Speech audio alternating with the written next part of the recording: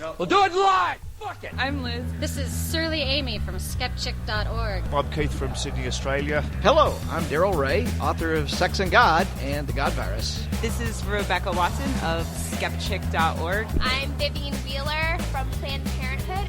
I am Devin Napoli from Planned Parenthood. I am Richard Carrier. I am Monette Richards from Secular Woman. I am Stephen Olson from Carl Sagan's Dance Party. I'm JT Eberhard, and I'm a he-thinker who loves the she-thinkers. I'm Debbie Goddard. I'm from the Center for Inquiry and African Americans for Humanism, and I'm a human thinker. I'm a Faisal, and I'm a he-thinker, she-thinker, they-thinker, it-thinker. Hello, everybody. This is David Fitzgerald, and oh yes, I am a she-thinker.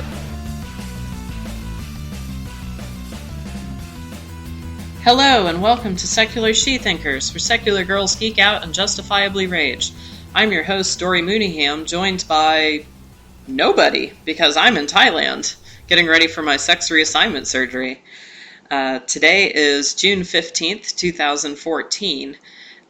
Tonight, I'm going to talk about what my week has been like getting ready for my surgery, which is tomorrow. And we're also going to rebroadcast some of our favorite bits from our Disney Queer Theory episode. But first, a word from our sponsors. She-Thinkers is sponsored by Audible.com. To check out their service and get a free audiobook of your choice, go to audibletrial.com/She-Thinkers. You can download books to your Apple and Android devices and just about anything else you might listen through. Again, go to audibletrial.com/She-Thinkers to download any free audiobook of your choice. That's SHETHINKERS, She-Thinkers! I feel so lonely not having Dirty Nerdy here to sing with me. But that's all good. Totally worth it, because this is a moment of a lifetime, obviously. So, yeah, let's unpack that. As many of you probably already know, I'm in Thailand getting ready for my sex reassignment surgery, which is fucking amazing, and I'm super excited about it. So yeah, I'm going to take the next few weeks, since we're going to be in hiatus, technically, for She-Thinkers. I'm going to take the next few weeks while I'm in Thailand to kind of give you weekly updates on what my journey's like, and it'll get a little TMI, just so you know, so fair warning on that. But I think it's going to be a pretty interesting series, especially for anybody who's curious about what sex reassignment surgery is like, and I happen to be one of those people, so I think this will be a pretty interesting resource for a lot of people. But before we get going, I'd like to thank a whole bunch of people for making this possible. Honestly, there's been a lot of love and a lot of luck that have pulled this off. I mean, it's pretty incredible for me, a 27-year-old college student, to be able to afford to fly halfway around the fucking world and pay for major surgery out of pocket. And I wouldn't have been able to do that if it weren't for my family, my friends, my loved ones, and you guys. I've crowdsourced about half of my surgery, and I think that's fucking amazing. So I just want to give quick little shout-outs to particularly some very important people. Obviously, my first shout-out's going to go to Chris, because not only is he my majority shareholder in my vagina, Chris and I took out a loan so that we would be able to do this, and he's just been amazingly supportive, and I love him bunches, and I miss him, and I miss our fur babies too. So yeah, Chris is definitely the first person I want to thank. After that, I'm gonna throw out my Aunt Carol, who's actually the one who got me started on this whole crowdsourcing my pussy thing. I want to say it was like 2 years ago, maybe. I had my own blog. This was before She-Thinkers. This was before Secular View. This was my own personal blog called Trans and Godless, which if you follow me online, you know that's still my online handle in a lot of things. but I just had, having gender dysphoria is just like having bad body dysphoria sometimes. You've got good days and you've got bad days, and I just had a really awful day, and I wrote about it because that's what I do. And my aunt read it and said, hey, I want to find a way to help you pay for this. Let's get this going. And so between my Aunt Carol and a former volunteer who I worked with, Rosie Roetto, between both of them, we figured out the GoFundMe website, and my Aunt Carol gave me a major contribution toward that. So she kind of kickstarted that whole thing along with Rosie Roetto. So they're both amazing, and I love you both. So yeah. After that, I want to thank Dirty Nerdy. Dirty Nerdy is like the best friend ever. She helped me fight the passport office and deal with a lot of emotional things that I've been going through in the couple weeks leading up to this surgery. She's been she's been very supportive. And not only that, she drove me to the airport. So Dirty Nerdy is amazing, but you guys already know that because you hear her on the show every week. So I also want to thank my little sister, Kaya. Even though she's been a little neurotic leading up to this, and I don't think she'll be mad at me for saying that, but it's probably thanks to her that I've done half of the safety procedures that I've done. I probably wouldn't have done them without her. So it's thanks to her that I checked in with the U.S. Embassy, and I've got all these contacts for U.S. diplomats, and, my sister's definitely been the most vocally concerned about my trip, but that's a good thing. I need that extra check to kind of keep things in balance. So thank you, Kaya. Next, I want to thank my mom, because she's my mommy and I love her. She donated to my surgery. She gave birth to me. She's helped me through some of the rougher times leading up to this. And, she's my mom. Yeah, you can't, I love my mom. My mom's amazing. I also want to thank my grandma for helping me get a copy of my birth certificate, which was much needed. I actually needed that to get my passport like 2 days before I left. And not only that, but she kept me company while I was waiting at my terminal at the airport.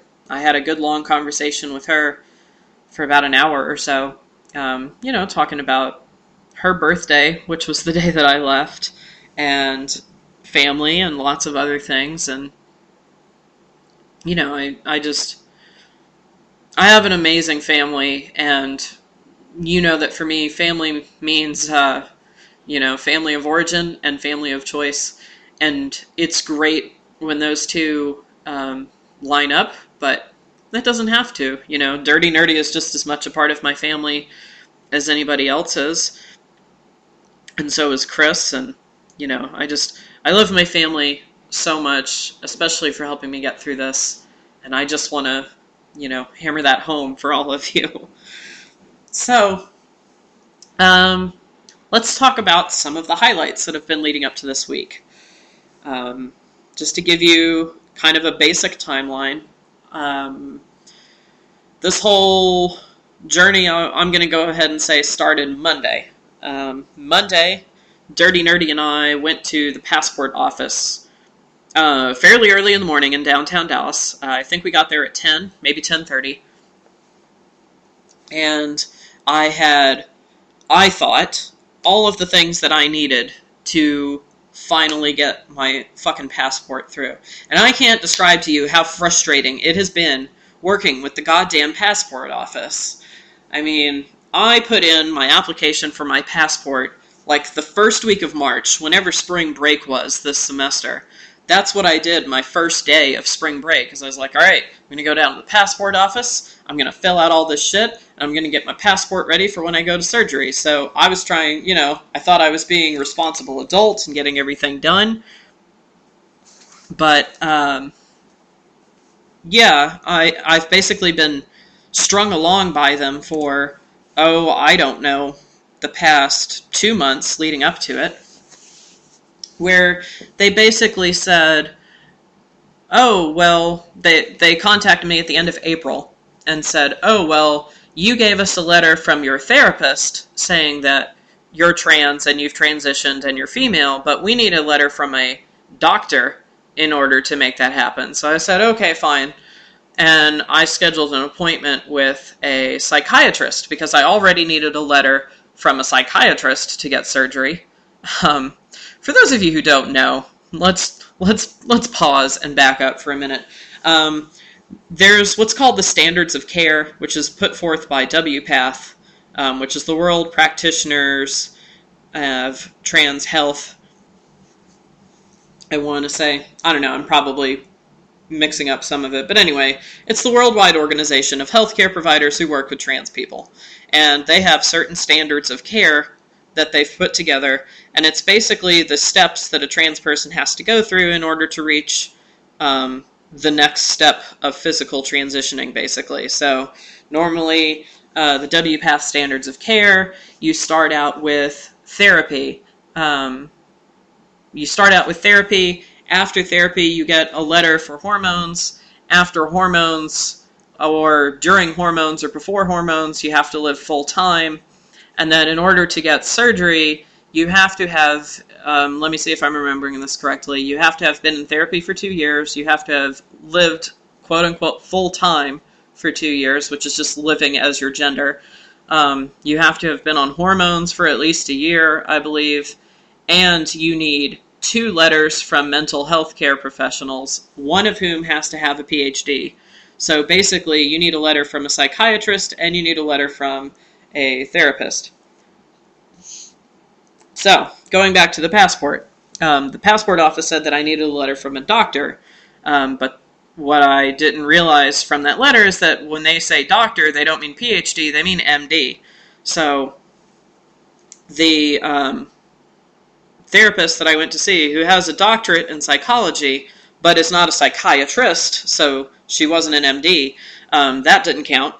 So, here I have sent 2 different letters to the passport office that still didn't count. So the third time, and just to reiterate, this whole time that this has been going on, I've been calling the passport office and pretty much telling them, hey, I don't care what gender marker you put on my passport, I just need my damn passport because I'm about to leave the fucking country. No matter how many times I told them that, they kept saying, well, we need a note from a doctor. It was basically like they just didn't hear me when I told them, hey, I don't care if you put female or male on the damn passport, I just need the damn passport. I really don't care what letter is on gender, just freaking send it to me already. So, what I had to do next was, I called up the gender clinic that I see once a year and told them that I needed a letter from an MD because, like many trans people, I don't have a regular MD who can verify that I've gone through all the medically necessary steps, whatever the fuck that means, in order to be recognized as female. So, I contacted my gender clinic, and of course the doctors that we see at the gender clinic are volunteers, so that's not actually their practice, which is what the passport office wanted it out of. But what I ended up doing is basically getting the clinic to write a letter for my doctor to sign. So, I went to the gender clinic, they typed up the very specific wording that the passport office needed. Then I took that letter to my doctor's private practice and asked him to sign it, so I got him to sign it. Then I took that and I mailed it to the passport office. Well, the passport office wouldn't believe that it was an original document. So, I had to go down to the passport office with another copy of the document because I didn't have an original copy anymore. They had my original copy in the National Passport Office, but I had to go down to the passport office this Monday and basically told them the same thing that I've been telling the passport office from day one, which is, look, I don't have the resources to get this damn letter that you want in the very specific way that you want it, so just send me a passport with mail on it if you have to. I don't really give a shit, I just need my passport so that I can fly out of the country. And after, God, what was it, like 5 hours? Dirty Nerdy and I, we went to the passport office, we saw the supervisor in the passport office because I'm special, and then she told us that she had to get an email from the national office. And when we were there that first hour, she got an email from them saying, hey, we're going to email you the stuff that you need in order to do this. So we thought, okay, cool, let's go get lunch. So Dirty Nerdy and I went and got lunch.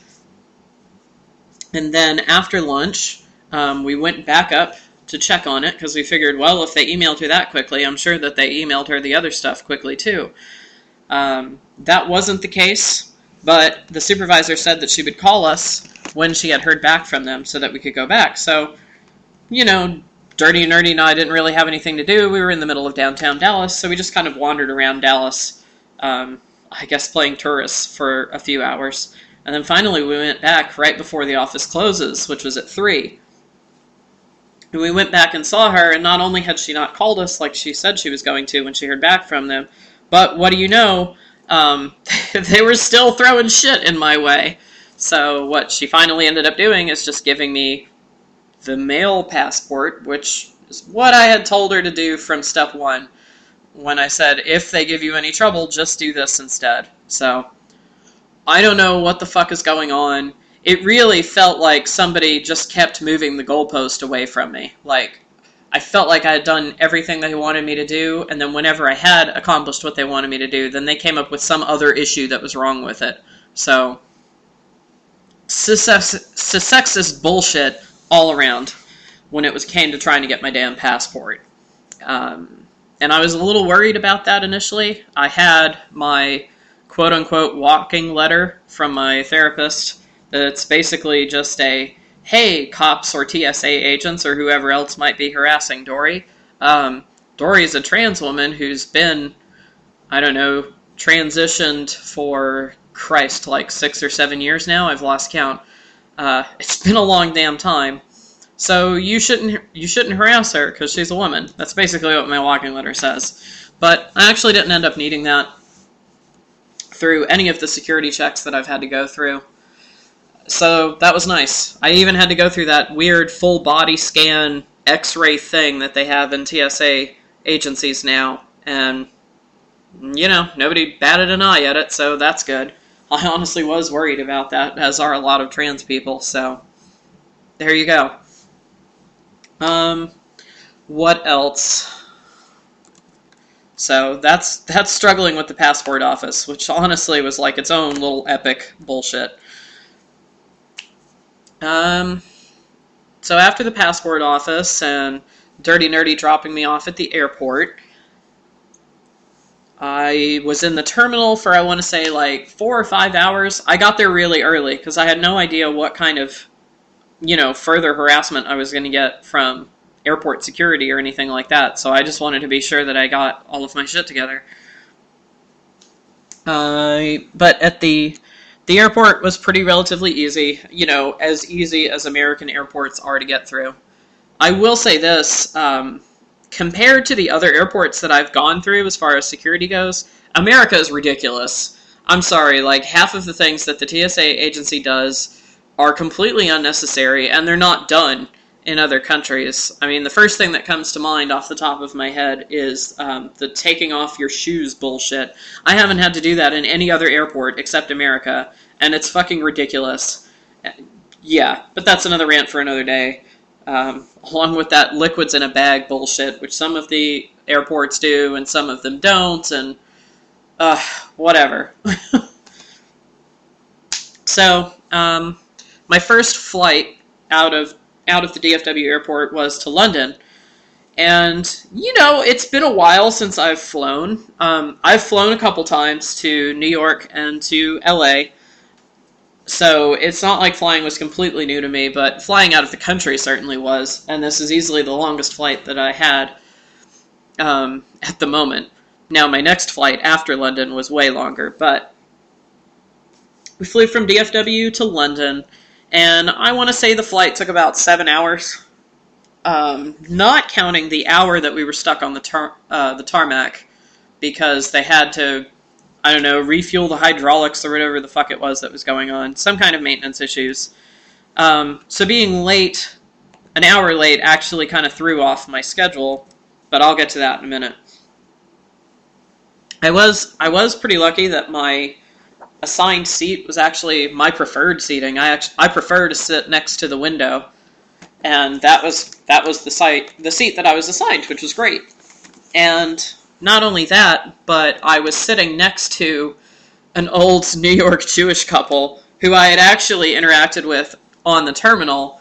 The wife was looking for a place to charge her phone, and I could see her looking around for something. And I asked her, hey, what are you looking for? And she said, I'm trying to find a place to charge my phone. And I showed her where the phone charging station was in the airport. So it was kind of cool that I ended up sitting next to them on the plane. They were super nice. They basically adopted me as their granddaughter on the flight, which I thought was adorable and great.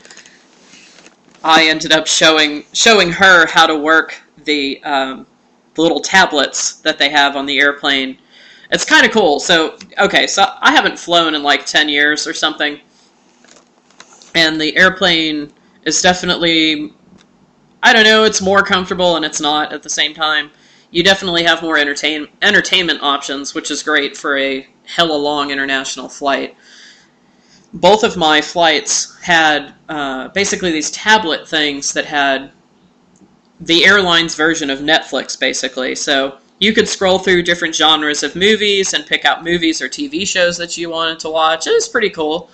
So I showed this older lady how to make that work and how to find a movie that she wanted.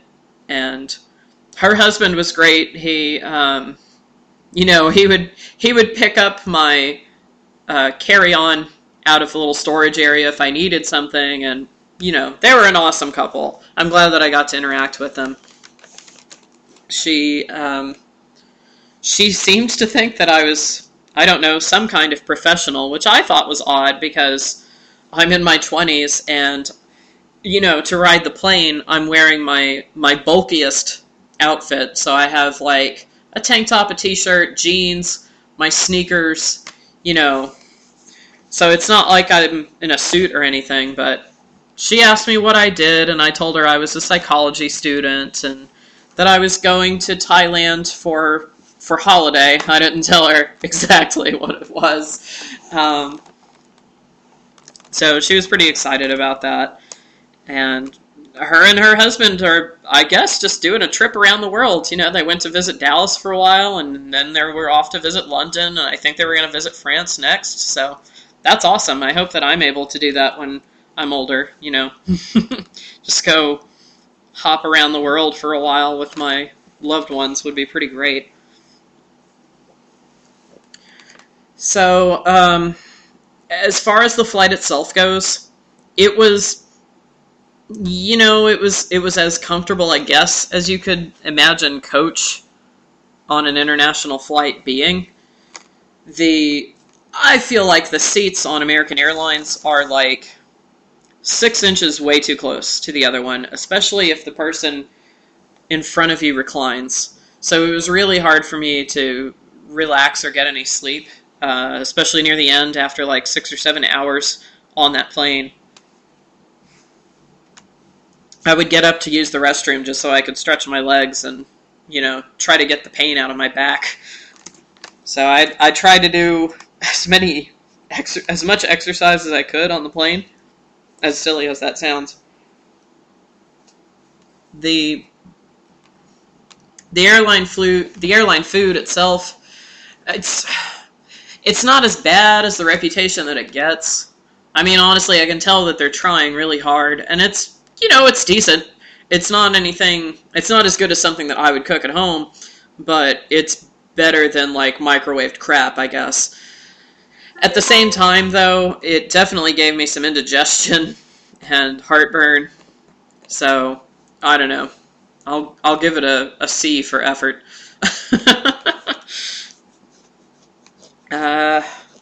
What else?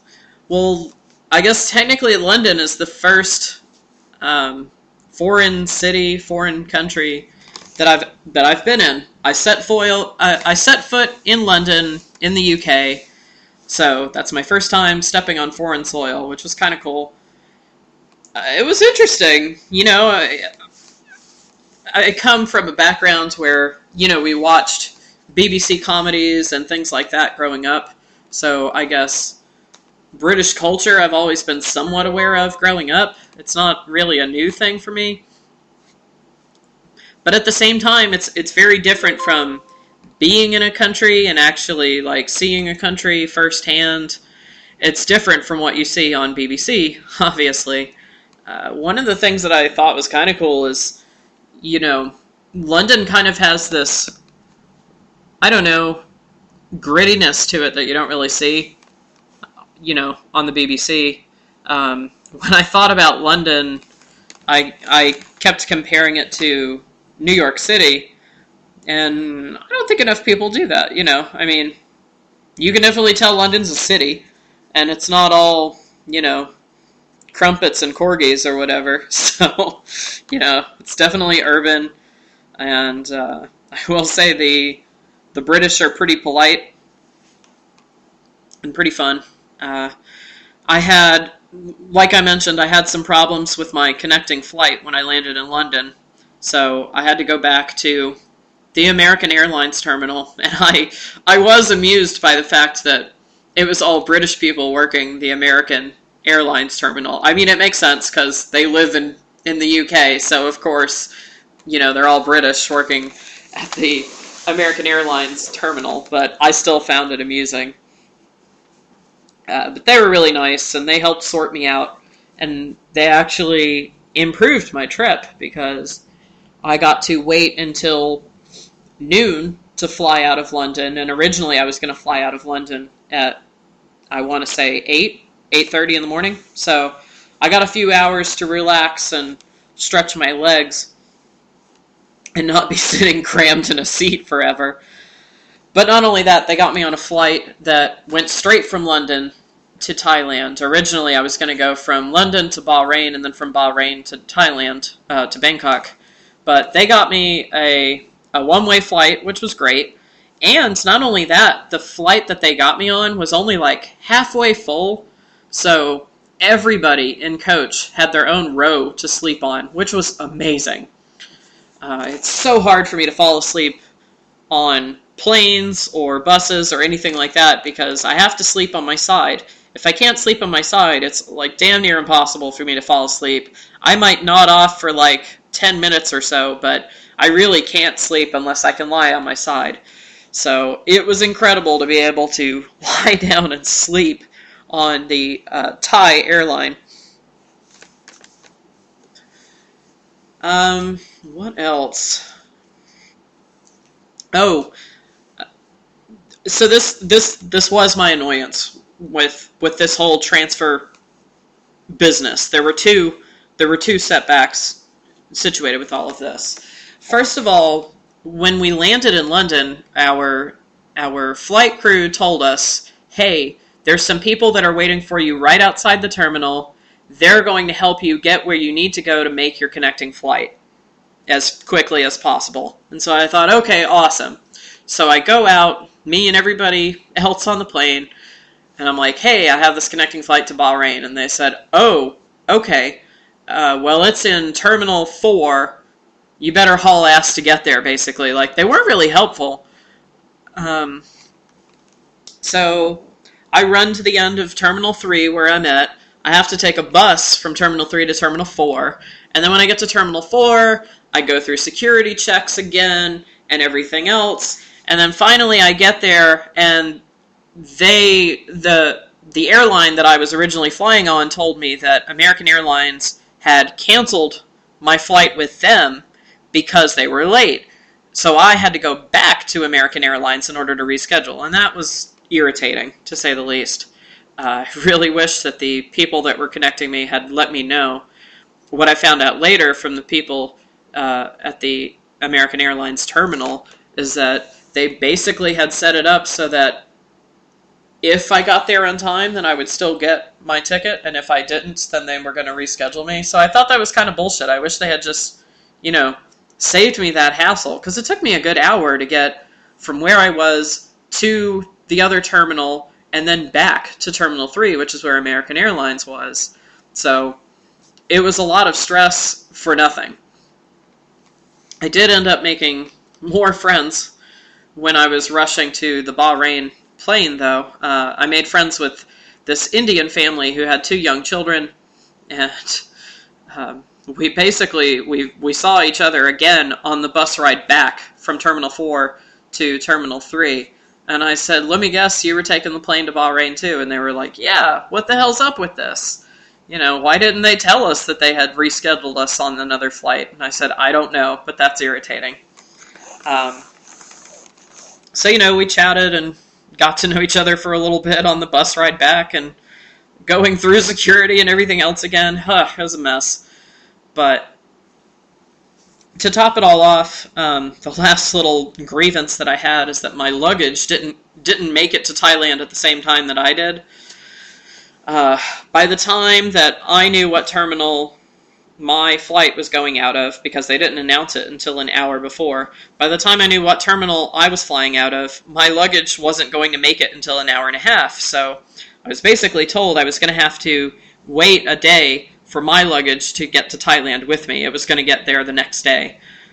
So that was irritating. But I always plan for my carry-on. I always plan that if I can only have my carry-on, then I can live with what's in my carry-on, which was true. When I got to Thailand, all of my toiletries were in my little baggie. I had enough clothes for like a week. I had, food and whatever else, so I was set. I had everything that I theoretically needed. It was just not enough of what I really needed. So I planned ahead. I was a good Girl Scout. So yeah, flying to Thailand, it's pretty different. Thailand is definitely a foreign country. When I was in London, I was definitely in a foreign country then too. But in London it was like little things. Like it was the way that people phrased their sentences and little changes in the way that, advertising and road signs and things like that.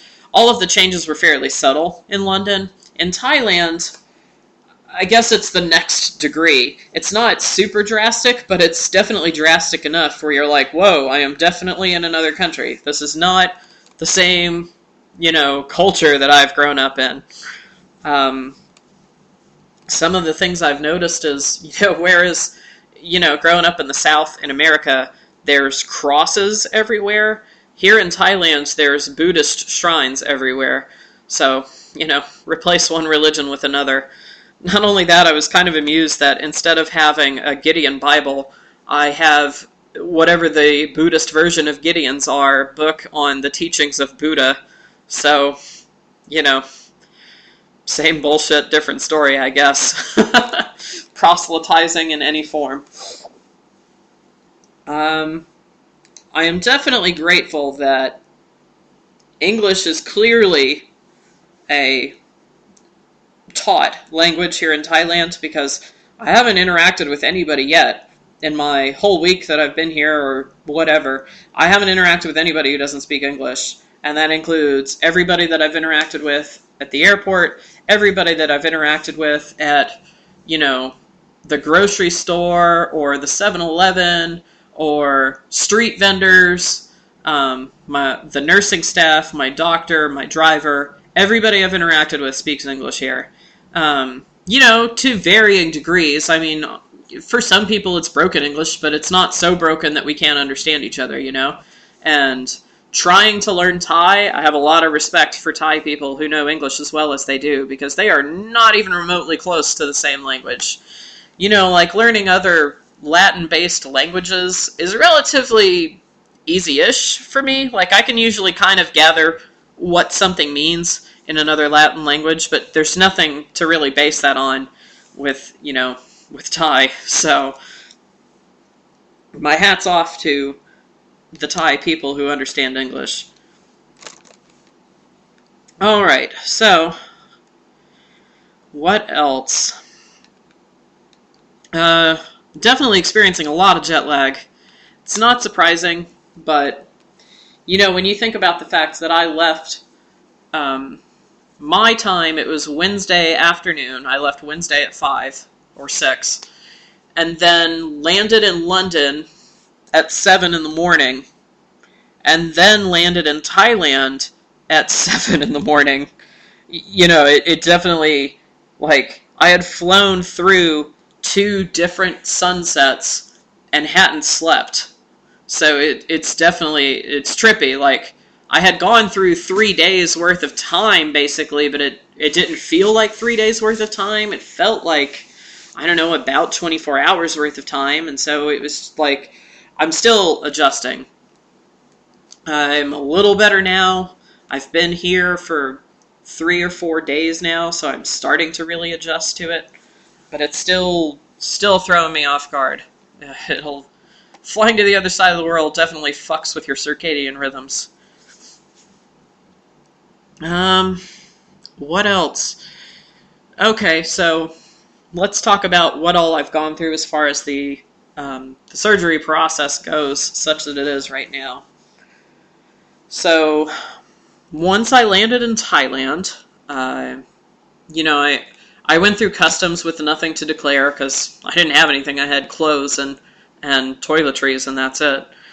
I went through the currency exchange and exchanged all of my American cash for baht, which is the currency that's used here. And then I went to the agreed-upon meeting place for my driver. I met with my driver, and he dropped me off at my hotel. And I was given an envelope from my surgeon, basically welcoming me to the country and walking me through the first steps of my surgery, which include basically as soon as I've landed in Thailand, I haven't eaten, which sucks a lot. It's vaguely triggering since I do have a history of eating disorders, but you know, I'm in a relatively healthy place with it. I'm trying to be, for the most part. But it's difficult. It's hard for me to think. I'm kind of in a fog, if you can't tell. Between the jet lag and not getting enough calories, I'm kind of out of it. Definitely hydrated. You know, that's all I can consume, basically. I can have juice, soda, water, tea, and coffee, but no milk. So no milk in the coffee or the tea. So that's what I've been rocking, are those 5 things.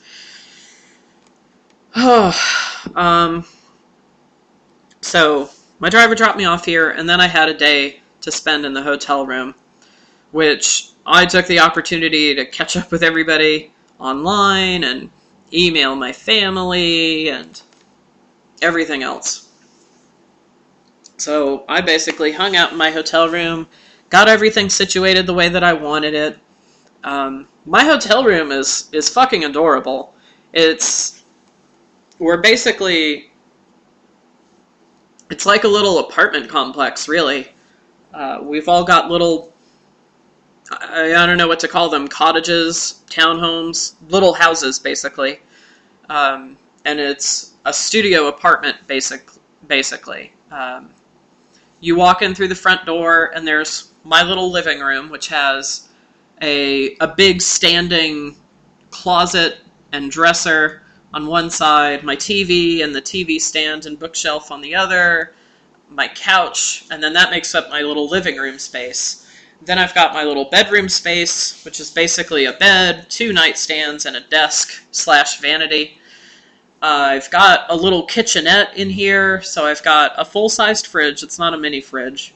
I've got plates and utensils and cooking appliances. Basically, I have a hot plate and a rice cooker and a sandwich toaster. And then I've got stuff to make, an electric kettle so that I can make coffee or tea or whatever. And then I've got lots of plates and eating utensils and things like that. And not only that, but my hotel brings me a bunch of water every day, because you're not allowed to drink the water in Thailand that comes out of the tap. So they bring me 2 big bottled things of water every day, which is not including the giant jug of water that I have for cooking and brushing my teeth and things like that. So I have a lot of water. I just can't use the water out of the tap except to clean things with, which is fine, I guess. It's really not that different from living at my grandparents' place in Arkansas. We had the same situation, so that's not a new thing for me to use bottled water. Not only that, but they bring me 2 little bottles of Sprite and 2 little bottles of Coke, which are adorable because they're in Thai, so whatever the Thai word for Coke and Sprite is are on the side. But, there's still the hourglass figure thing going on, and it sounds silly, but it was really nice having something familiar in a foreign country. I was like, oh look, it's Coke, I was like, I know this, I recognize this. This is part of my people.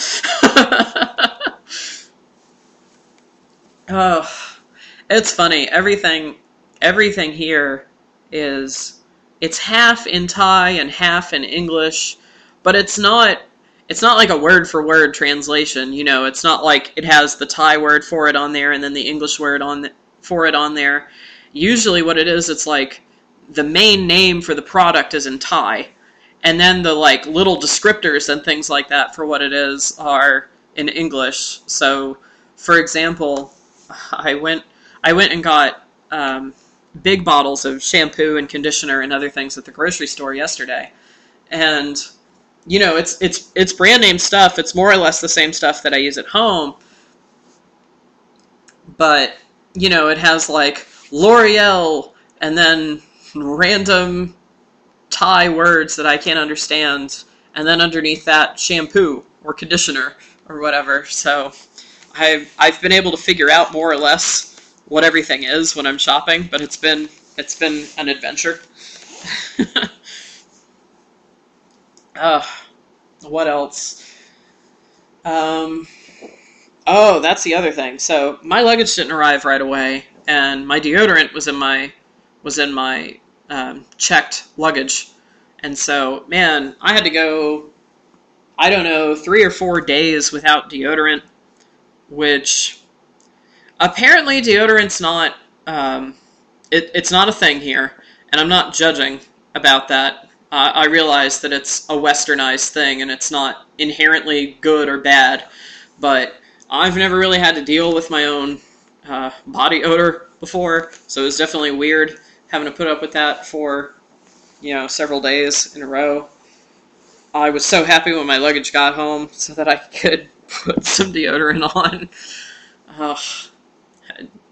I guess it's been a learning experience, but I don't know. To each their own. It's not my thing. But whatever. So, after my first day in my hotel, I met with my driver again in the morning, who took me to go meet my surgeon and nursing staff and everybody else for my consultation. So, I got there, I filled out the last bits of paperwork that I needed to fill out in person. I gave them the rest of my money that they needed. Got all of that stuff sorted out. And then after all that was sorted, then I went to go meet my surgeon. And he he took pictures of me and of my lady business downstairs, basically so he could start planning things out over the next few days on what all he was going to do. So that was dysphoric, but it is what it is, you know. I mean, obviously it was necessary. So this whole trip really has been, I don't know, it's been a back and forth between feeling dysphoric because I'm more aware of, you know, the circumstances of my birth now than I would be at home, because at home I can basically just ignore it, whereas here, like, that's why I'm here, you know, it's because of the genitals I was born with, so I'm definitely more aware of that when I'm here. So that, I don't know, that kind of sucks, but I do always have the trade-off of being able to say, well, it's only temporary, it's about to be dealt with, which is nice. Dr. Chetowit's pretty nice. He speaks English pretty well, as do all of his nursing staff. But, you know, he walked me through what all he was going to do, told me what parts are going to become what, and I guess for those of you who haven't done as much research about SRS as I have, I can tell you a little bit about that. So what Dr. Chetowit uses is called the non-inversion method, which is the more modern method of SRS. What most Western surgeons do, this is the more outdated version, is they do what's called the penile inversion method. And what that is they basically turn your outie into an innie. So they take the penile tissue and all of that to make the vaginal canal. They'll take some of the nerve endings to turn into the clitoris, and then they'll use the scrotal tissue and you know, other areas, other pubic areas, to make the labia majora. So what you end up having is the vaginal canal is the most sensitive part of your vulva, and then the outer bits of the vulva are less sensitive than the vaginal canal, which is not really all that accurate, which is kind of why I wasn't thrilled about the Western version, but I was going to go with it if it was the only thing available. But I actually found out years before I came out even about Dr. Chetowit's method, which is the more common method here in Eastern society. I think the reason why they're more advanced when it comes to SRS over here is, number one, there's a hell of a lot less stigma associated with being trans here than there is in the West. In Buddhist cultures, depending on which culture you're talking about, trans people can actually be seen as being closer to achieving nirvana than cis people because they've lived as two different genders in the same life, and so I guess that gives you more experience than a cis person would have, I guess is the rationale for it. I'm not really sure, but hey, whatever. Whatever gets trans people respect in their society, I don't really care. So there's less stigma attached to it, and they've been doing the surgeries longer here. They've been doing them here long before they started doing them in the West, so obviously they're more advanced than they are here. I'm not really sure why it is that, you know, they haven't adopted those over in the West yet, but it sure will be nice when they do, because, you know, then other girls won't have to go halfway across the country in order to get the same procedure that I'm getting done. But it is what it is, right? So that's the penile inversion method. That's the outdated one. That's the older one. Dr. Chetowit, and there's other doctors here too, Dr. Suporn and others that are pretty well known. What they do is called the non-inversion method. So they take the penile tissue and they use that to make the clitoris, the clitoral hood, and the labia minora. So the inner bits of the vulva and the fun bits of the clitoris. then they take the scrotal tissue and the surrounding pubic area, and they use that to make the vaginal canal. So already there's some pretty great advantages to this method compared to the older method. Number one, your clitoris is the most sensitive part of you, which, you know, I've joked about it before, but if I had to choose between a vagina and a clitoris, I would choose the clitoris every time. Like, I don't really care if I have a Barbie doll crotch as long as I have a clitoris. So, you know, that's where my head was at when I was choosing a surgeon. But not only that, number two, with the penile inversion method, you have to get electrolysis done down south. And not only is electrolysis expensive and time-consuming and painful, but then you would have to deal with the super dysphoric, you know, situation of having somebody else touch that part of your body for long periods of time in order to burn every hair off. And that, like, I was not looking forward to that, not even remotely. I still haven't had electrolysis or laser done on my face because I can't stand having any hair grow out on my face. So the last thing I wanted to do was have anybody dealing with, you know, my situation down there. But with the non-inversion method, they can actually, they can actually take care of all of that during surgery, which is pretty great. Some other advantages are, depending on the surgeon, the penile inversion method of SRS can be a 1 or 2 part process.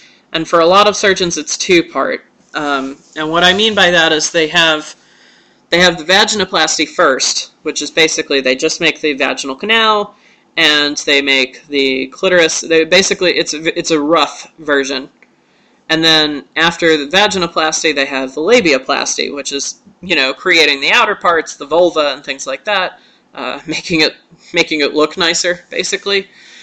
So with the older version, you're going under the knife twice, which increases your risks, and you've got more scar tissue because, you know, they've got to go under there a second time and whatever else.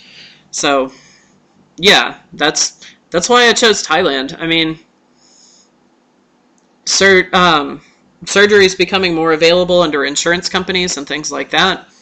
And, you know, I thought about it for a while about whether I wanted to just try to get into one of those insurance policies thanks to Obamacare, if I wanted to go that route instead of, you know, paying for health insurance for a year and then using that to get SRS with that company. But unfortunately, there weren't any companies I could find that would let me get surgery, you know, outside of the country.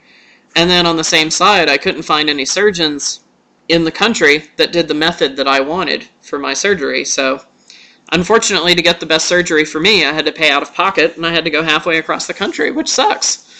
I mean, we all know that trans healthcare is grossly not taken care of in our country and pretty much every other country, too. So that's fun. So after my surgeon explained what all steps were going to be involved, he was also really nice to me.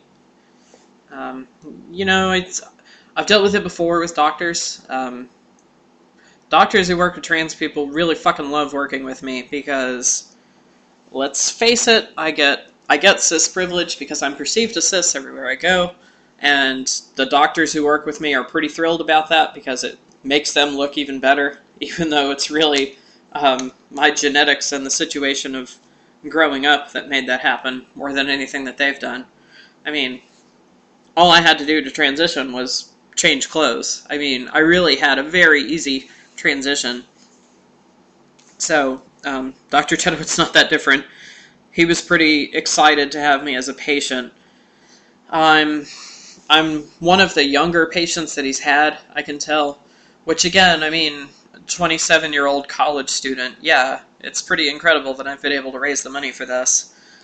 Most of the patients that he has are older, and I've actually met a few people who are in the same hotel as me, and I know that we all stay in this hotel, and so I've met some I don't know, middle-aged white ladies who I'm fairly certain are here for the same reason that I am, but I can't really think of a graceful way to bring that topic up, so whatever. Yeah. But I'm not alone. There's a British lesbian couple who lives next to me, who I've chatted with a couple times, and they're pretty nice. So, what else? Well, after he explained to me what all's going to go down with surgery, how long it's going to take, he seemed to think my recovery time is probably going to be better than his other patients that he normally has, so I'm optimistic about that. That sounds good. I mean, the healing process is definitely long and drawn out with SRS anyway, so whatever advantage I can get with that is great for me. But, I'm young, I'm healthy, I've got, good blood pressure, a low resting heart rate. I mean, I'm healthy. I run 3 times a week. I'm in pretty good shape. So I should be in a good place for getting surgery, and he agreed with me too. Like I said, he mostly deals with older patients. So even though I'm a little heavier than he would like, he didn't really make an issue of it. And even though one of my SRS letters wasn't an original, I told you about those 2 not crazy letters, is what I like to call them, that are basically from 2 different psychology professionals saying, hey, this person isn't crazy, you should give them SRS. One of mine was not an original because I only had a digital copy from the therapist that I had worked with. But he didn't give me a hard time about it. He said he'd make an exception for me because he could tell it was pretty obvious that I deserved to have surgery, which, I mean, it's a little gatekeepery, and I know that surgeons, out of all of the healthcare professionals out there that trans people have to work with, surgeons are definitely the most gatekeepery out of all of them, which is shitty and a rant for another day, but I'm just glad that I was able to negotiate through all of that easily enough. So, that was yesterday. That was my consultation with Dr. Chetowit. And after that, I went to the grocery store to stock up on the things that I will eventually be able to eat after surgery's done. I'm so hungry right now. I haven't eaten for 3 days, and let's talk about this process. So, what I had to do after I was done with my consultation is I was given 2 different kinds of laxatives and an enema and other things, because basically, TMI alert, what I have to do for the next day and a half leading up to my surgery is I basically have to shit my brains out to clear everything out of my system. For one, you can't have anything in your stomach because, it can cause complications with anesthesia, and so that's common for most surgeries. You're not allowed to eat, 24 hours or whatever before, but the reason why I can't eat 3 days before is because, obviously, given the nature of where my surgery is happening, it's close to, intestines and the rectal area and everything else, and so, for good reasons, my doctor wants me as clean as I can possibly be down there. So, yesterday when I got home, I went to the grocery store to stock up on the things that I could eat after surgery, and then I took my first diuretic medication and my great big enema bottle full of saline, and I took my enema medication, waited 2 hours, then did the enema, and I thought after that, oh man, I must be cleaned out from this point. But no, today I'm on the super laxatives, it's called Swift, and I think it's called Swift because it swiftly gets everything the fuck out of your digestive system. So if you notice during this show, if there are awkward pauses between certain moments, that's because while recording this, I kind of have to pause and go do my business and then come back. So if it seems a little choppy, I apologize in advance, but I'm in the process of shitting my brains out before surgery, so it is what it is. So yeah, that's what my last couple days have been, is basically just evacuating my entire digestive system. Tomorrow is my surgery date. Tomorrow I stop eating or drinking after 7 in the morning. So I'm going to get up at 6 and have a big bottle of water so I can, stay hydrated.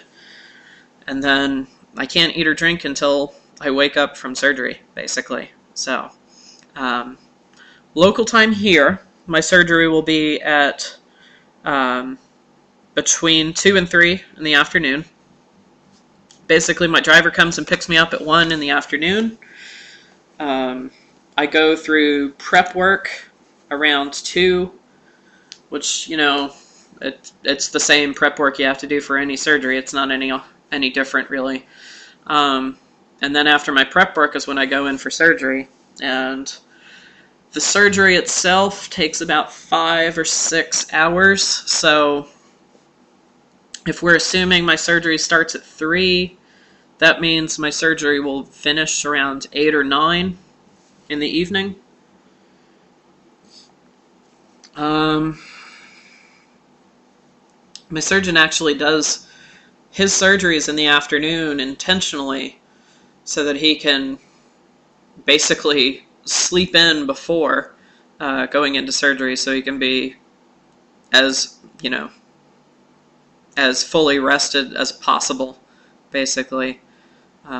So I thought that was nice. I'd rather that he, slept in and was well rested than trying to do it early in the morning.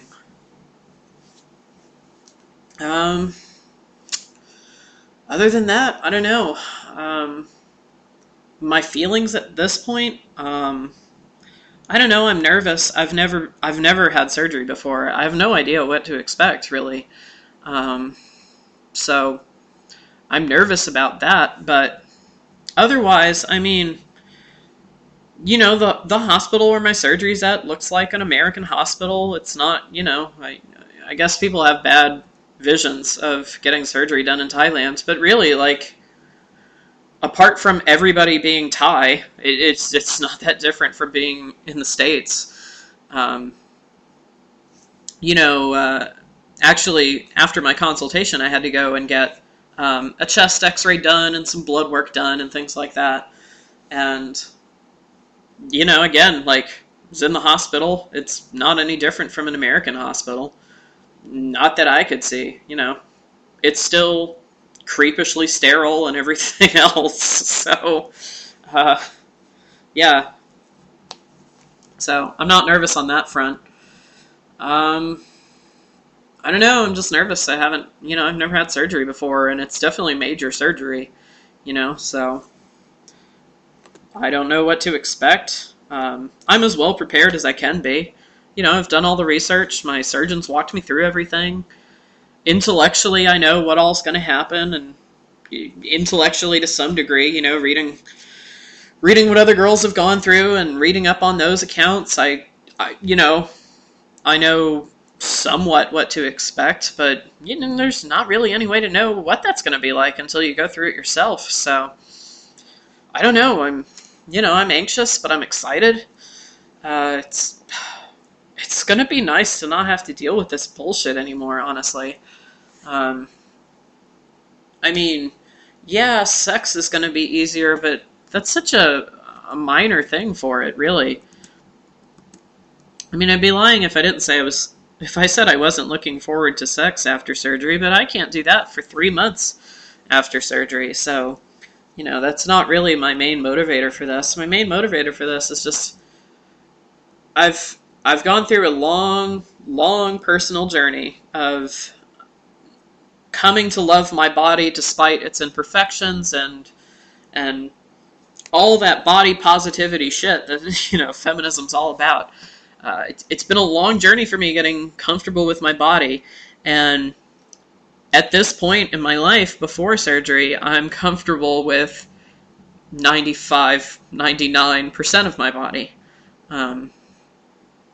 So it's going to be life-changing, just being able to be comfortable with all of my body. I've never really had that before.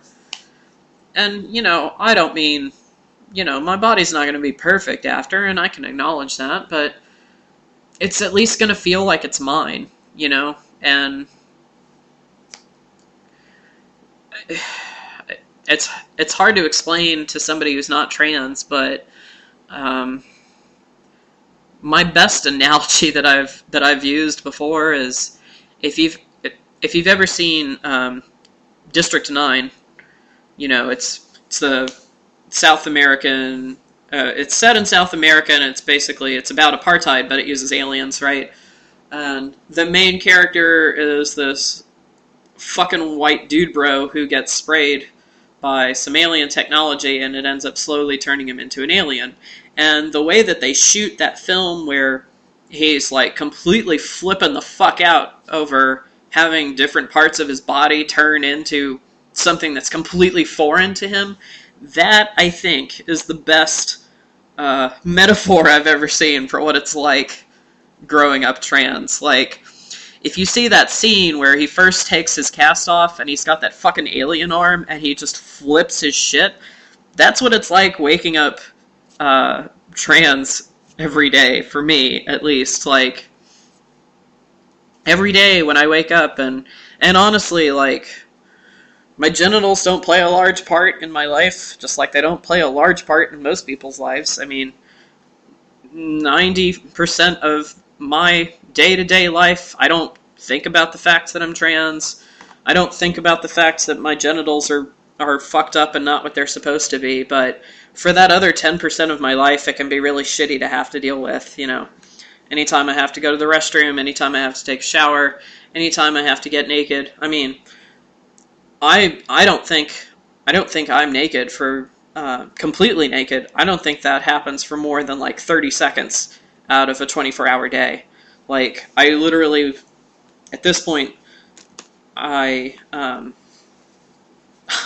not nude except when I have to change panties. Like, I will shower with my panties on just to not deal with that.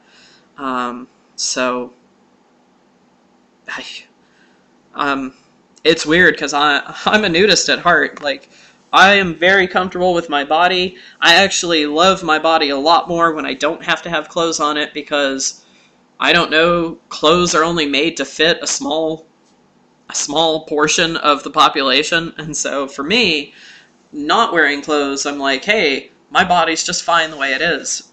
So having to wear, basically, I feel forced to wear an article of clothing, just so I can feel comfortable in my own body. So it's going to be nice to not have to deal with that anymore. I mean, I know I'm still going to have, I'm still going to have body issues. Christ, what fucking woman in our society doesn't? But, I have bad body days and I have bad gender days, and bad gender days are nowhere near the level of discomfort, or bad body days are nowhere near the level of discomfort that bad gender days are. I don't have bad gender days often. I have bad body days more often than I have bad gender days, but man, bad gender days are some of the, it's some of the worst shit that I've dealt with in my life. I mean, when you feel like everything about you is wrong, everything about your body is foreign and shitty and terrible, it can really take its fucking toll on you. So I'm sure I'm still going to deal with some gender dysphoria after this, but honestly, I think having this out of the way is just going to be, it's going to be a huge burden lifted off of me. I don't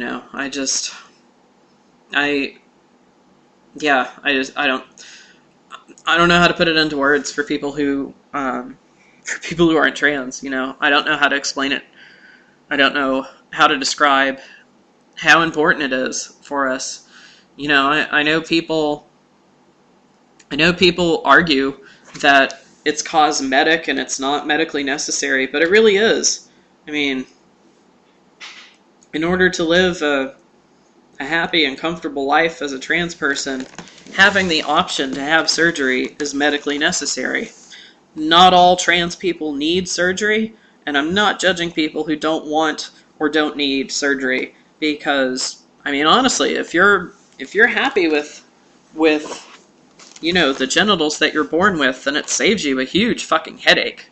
So, kudos for you, if that's the case. I'm not even going to judge, but I'm not one of those people. And so, it's nice to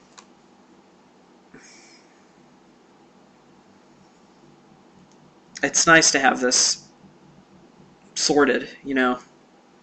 I mean, everything leading up to this, it's been so stressful. There have been so many times where I've thought it's not going to happen, and the fact that it's really happening, that I'm really here, and then it's going to happen tomorrow is just, it's fucking incredible. I mean, what can you say about something, about finally getting something that you've wanted for so long, that has seemed so impossible?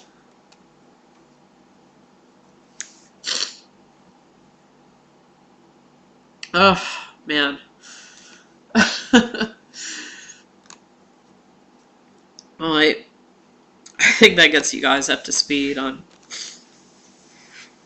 everything that's going on in my life right now.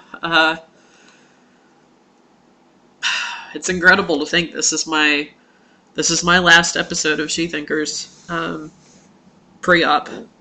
The next time you guys hear from me, I'm going to be post-op. I'm going to be all fucked up on painkillers and and packed full of cotton and you know, everything else, but it's man, it's nice to think that it's going to be done soon, you know. So before we go to commercial and then move on to our Best of Shethinkers segment for this week, I just want to take the time to personally thank everybody who has contributed to my GoFundMe site. As I mentioned before, seriously, you guys, GoFundMe is how I earned, like, half of the money for my fucking surgery. And that's amazing. Like, seriously.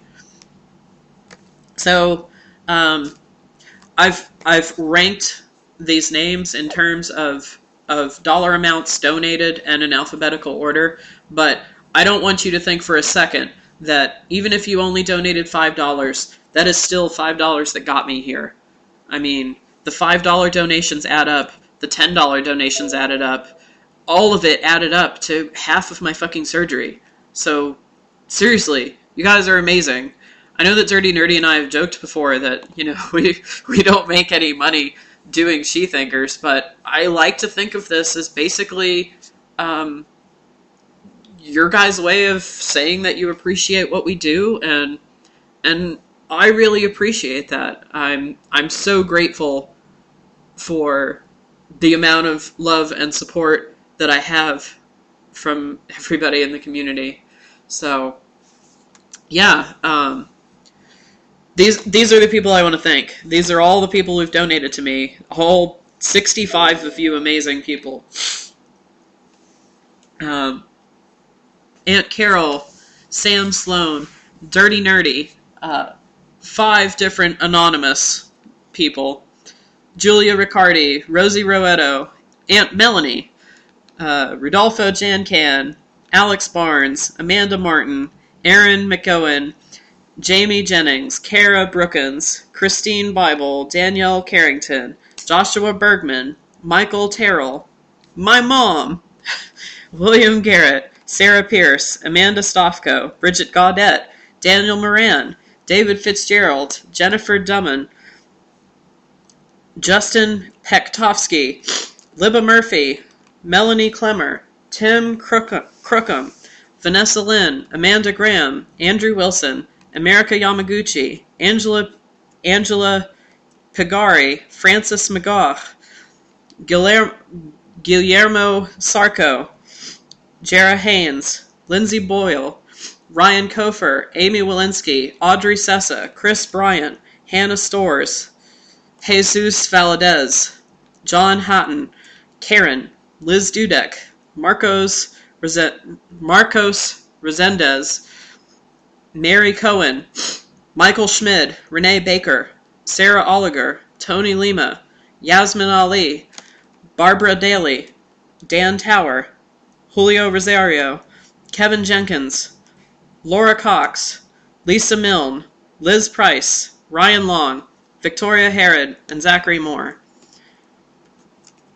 What's really amazing about this list of people for me is that when I go through this list, the big groups that stand out for me are, there's family in there, and, by family I mean both family of origin and family of choice. There's family in there, there's close friends in there, and then there's people that are grateful for what I've done as an activist and wanted to show that support, even in a small way. And that, for me, is just... I don't do activism in order to earn a paycheck. I do what I do because it's important to me, and I think that it needs to be done. But to be able to have this, where friends that I've made, and connections that I've made, and people that I've influenced, and hope that I've given to others, and having that reflected in the donations for this surgery, it's incredible. Every time I look at my pussy, I'm going to think of you guys.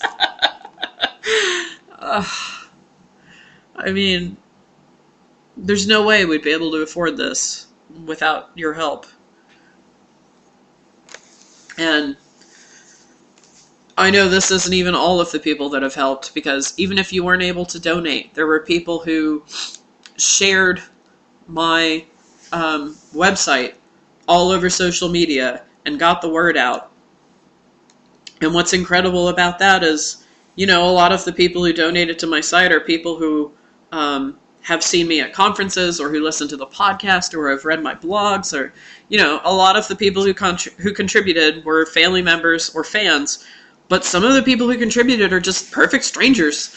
People who I've never met, who just saw, a trans woman in need and said, hey, I can throw $5 or $10 her way. And that's incredible. I'm still fighting for the day when trans people don't have to crowdsource for their vaginas. But it's amazing that I'm able to get this done so much earlier than I would have done otherwise. 13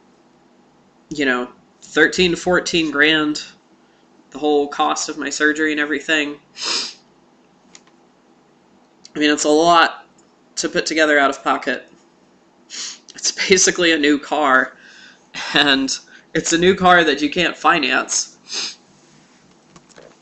Chris and I were able to finance some of ours, but without you guys, it wouldn't have happened. And so, from me and from Chris too, just thank you so much for making this happen and supporting me through all of this. And I'm just, like I said, lots of luck and lots of love went into making this happen, and I'm so grateful. Words can't do justice. Seriously. You guys are amazing, and I love you all, and I will talk to you again next week.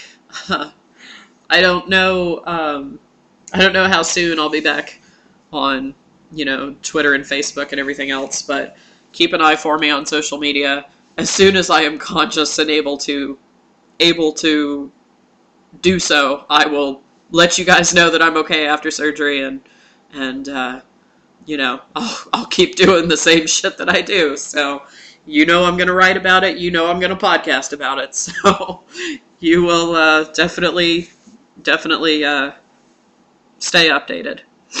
So, all right. Well, I think it's time for a commercial, and then we'll be back with Best of Shethinkers with Queer Disney. What's up? This is Dory. And the Dirty Nerdy. As you probably know, Be Secular is a proud sponsor of Secular Shethinkers. But did you know the owners, Shannon and Mark, are not just sponsors, but also fans? That's right, and we're fans of theirs too, because Be Secular doesn't just sponsor Shethinkers. They sponsor lots of podcasts, artists, and organizations that support equality and the separation of church and state. And we're all about equality and the separation of church and state. They donate up to 50% of the profits to us as long as you go to besecular.com/shethinkers. So be you, and be secular. Again, that's besecular.com/shethinkers. Hey folks, this is your co-host Dirty Nerdy, here to talk to you about Audible.com. Did you know Audible has nearly 200,000 titles for you to choose from? They've got everything, fiction, bestsellers, periodicals, you name it. And because you're our listener, you get a free 30-day trial and a free audiobook just by going to audibletrial.com/shethinkers. And we get $15 for every listener who signs up. Yay! Woo!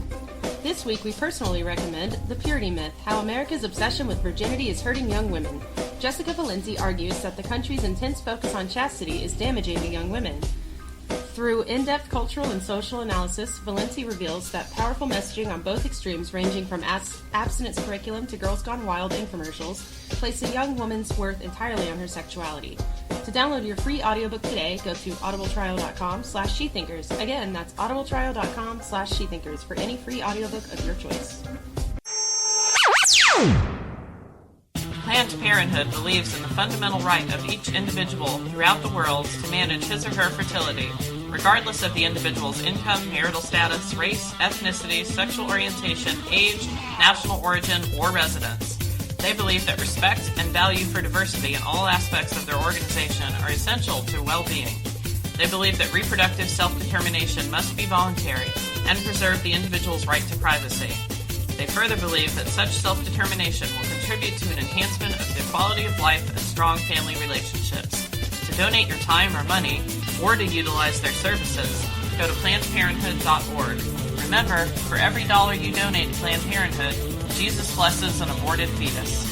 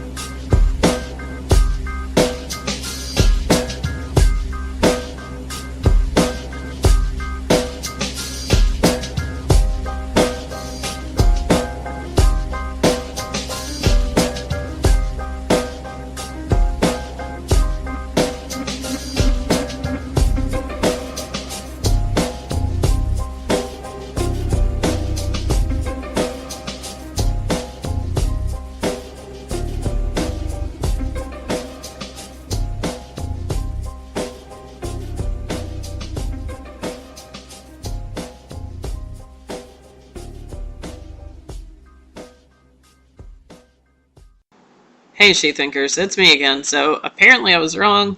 Apparently this week we are actually doing our episode on, our rebroadcast episode is on non-monogamy. But whatever, best of, non-monogamy. Here you go. And we're back. Tell me when we go live. We're live now. Okay. I'm totally ready for this, guys. You're always prepared, Dirty Nerdy. Never prepared. Never prepared, always surrender. That's my motto. Okay. What are you surrendering to? I don't know. Dory? Shoes? I guess. Shoes. Yeah, I suddenly saw these Harry Potter themed shoes on Facebook, and they look amazing. They're amazing. I don't even like high heels, but those are awesome. The only time I wear high heels, it better be a wedding or a funeral, generally, is my consensus on high heels. I don't know. You gotta see those boots of mine. Yeah, boots are a little bit better, because at least you've got some more support built into it, but... How about you, Daryl? Do you like wearing high heels? I don't wear high heels too often, but when I do, I usually fall down and break my neck, so that's a problem. I'm going to meme that later. It's going to be a picture of Daryl. It's going to be like, I don't always wear high heels, but when I do, I break my neck. And then I'll make another one that's like, I don't always wear high heels, but when I do, I'm pretty. Okay. And then I'll tweet it. All right, so Daryl, the next section of our show is our stupid sexist song. And right now, since it's close to like Christmas and stuff, we're doing sexist Christmas songs. Yeah, basically. So we listen to the song and then we stop it when we have stuff to say about it. Yeah. So for example, the one that we did last week was Baby, It's Cold Outside, which definitely has some non-consensual undertones to it. I'm sure you're aware. This week we're doing Santa Baby, which has some like weird gold digger sexist things going on with it too. So let's get started. At least this is the Eartha Kitt one, so hers is the best, I think. Eartha Kitt? Oh yeah. She's awesome. The song isn't, but I like Eartha Kitt. All right, let's start playing this song. Ready? Okay. Boom boom boom boom boom boom boom boom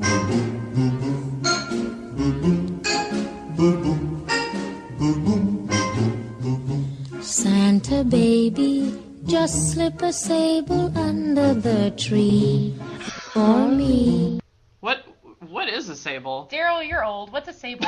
Yeah, a sable is like an ermine. It's a fur from an animal. Oh, okay. Yeah, it's a very expensive fur. I could have just Googled that instead of like being mean to you just now. Hey, I'm 39 years old. I can take it. So the first thing she wants is a fur coat, I guess. Yeah, right. Exactly. All right. That's what women want. Been an awful good girl, Santa baby. So hurry down the chimney tonight. Like, man, your gift list is creepy to begin with. Like, what? Well, and it's weird that she's like, I don't know if this is supposed to be a list to, like, her lover and she's pretending that he's Santa, or if she's like I like to think that's what it is. Or if she's got this like weird fetish for Santa Clauses and she's, I don't know. No. She's singing this to her lover. That's what Santa I assume. Santa is her sugar daddy. Mommy kissing Santa Claus. Oh man, But is he a black Santa or a white Santa? This is a sugar daddy song. Not even good. Yeah, that's kind of what I assumed. Is she's just calling her sugar daddy Santa, I guess. Like, you listen to the entire song and it's just her saying she wants expensive shit the entire time. Right. It's right. If you watch the Marilyn Monroe version, it's unquestionable. Right. But like that's really my main problem with there's individual things within the song, but that's my main problem with the whole song is that it just reinforces the stereotype that women are materialistic, and that's all we're interested in. We just want a rich dude to take care of us and give us sables. I don't know what that is. I was like, sable, is that like a fable and a stable put together? Like, that's because we're not classy bitches, Dirty Nerdy. That's why we don't know what a sable is. Hey, I'm drinking a vodka cranberry. That's not classy? It's called a Kit Kat. We're not classy, we're fucking classy. There's a difference. All right. I can take that. All right. Keep playing the song because I like Eartha Kitt. All right. Santa baby, a 54 convertible to light blue. Sorry, go ahead. She specifies the color, and I was just like, if it's dark blue, she's dumping you. It's divorce. You better, come on, chop. Better get all this shit on this list. Is she singing to her lover, or is this like a Sweet 16, like, damn it, Daddy, I want this specifically? Oh, I didn't think about that aspect. I hope it's Marilyn Monroe sang this song to Jack Kennedy, President Kennedy, in the White House on Christmas Eve in 1962, I believe it was. And you remember it because you were there. Is this just going to turn into she made a lot of eyes at Jack Kennedy at the time. Oh, yeah. Is this going to turn into a bunch of ageist jokes against Daryl now? Like, maybe. Only good-hearted ones. Yeah, right. It's because we love you. Yep. I'll wait up for you, dear Santa baby. So hurry. If you wait up for him, he won't come. You have to be asleep when Santa gets there. But she wants him to come, isn't it? That's how she's going to get those presents, right? She wants him to hurry down her chimney. Oh. Which I have no problem with. Nope. Work it, girl. Work it. Yep. All right, keep playing. Down the chimney tonight.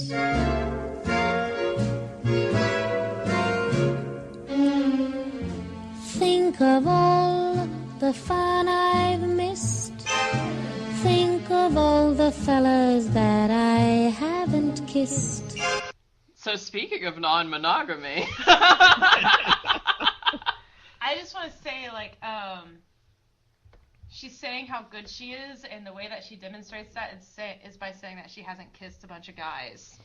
I hate when people talk about the fact that their relationship is good because they haven't fucked other people. And that, you like, know, if that's the only way that you're measuring the success of your relationship, I have bad news for you. I could tell the boy tomorrow, like, we have a great relationship. I haven't kissed all these dudes. I don't think that would fly if we had any serious problems to work out, though. So, yeah. I have a great relationship with my left hand. I haven't done anything with my right hand. Thank you. Speak for yourself. Sometimes you gotta switch off, man. Like, so you can pretend it's a different person? No, I don't do that. No, just because, like, your He's fingers get tired. monogamous, guys. Monogamous with one hand or the other. Well, you know, some of us can't just get off with a toy in the shower, you know. That's my penis you're talking about there. Yes, I've seen it. It's quite impressive. Wait, how is it that every time we talk to Daryl, we end up talking about masturbating? Like, because hey, we're just getting started, aren't we? You've seen that picture of Daryl from, it wasn't last year's Skepticon, it was 2 years ago Skepticon, where you look like a preacher standing in front of your projector with the big words behind you saying, "Do you masturbate?" Exactly, right. I think the more relevant question, Dirty, is how is it whenever we talk it ends up being about masturbating? I don't know. Because she's dirty. And nerdy and drunk. So that's just happening. All right, so let's get back to Eartha There's more Kitt. to this song, right? Next year I could be just as good if you check off my Christmas list. Is that another euphemism? Well, I was going to say that, but also she's kind of bribing him, like, next year I won't cheat on you either, as long as you get me all this shit. I could go to some other Santa who's willing to give me this shit. Kwanzaa bot, for example. Krampus. Or Krampus. Well, Krampus will just... If you're kinky, Krampus might work for you. Hanukkah zombie. He gives me shit 12 nights a year. Hanukkah zombie. Wait, 12 nights? Hanukkah's not 12 nights. It's 8 nights. Whatever. Caitlin, shush. I'm drunk. Less drunk than you two, but whatever. Alright, let's keep moving. Santa baby, I want a yacht, and really that's not a lot. Damn, what? A yacht isn't a lot to ask for. It's like a yacht made of Legos? Like a Lego yacht? Like a little one that you play in the bathtub with? Is she talking about the little man in the boat? Is that what's going on here? Oh my god. Is this entire maybe this song isn't sexist, and it's an entire song just filled with euphemisms about getting her off. Okay, maybe we do like this song. Here's the thing. I love Eartha Kitt so much that I want it to be that. Right? So I can listen to this and be okay with it. Maybe when she's saying she wants a yacht, she's like, hey, you need to play with my clit a little more often. Come on, chop chop. So what is the sable then? Is she just saying she wants a hairy man? No, she wants him to pet her pussy. She wants to not have to shave. Yeah. You need to be okay with fur. Well, alright. I'm going to try to come up with rationales for all of these now. Been an angel all year, Santa baby, so hurry down the chimney tonight. So what is hurrying down the chimney? Is like go down on me now? No, I think it's just like, you can't rush into anal. You need to like work your way into that shit. They said hurry. I thought she said, oh yeah. Yeah, hurry down the chimney. So go down on me? Shit, I don't know. It's hard deciphering this one.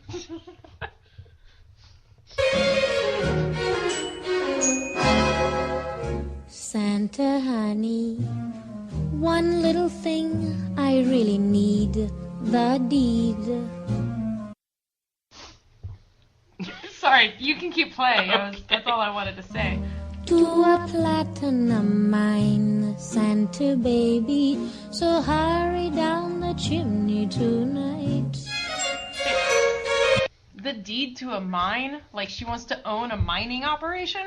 Yeah, she wants to own a platinum mine, though. Platinum is a heck of a lot more valuable than gold. So far she wants a fur coat, a convertible, Her clit played with. Her clit played with. A yacht.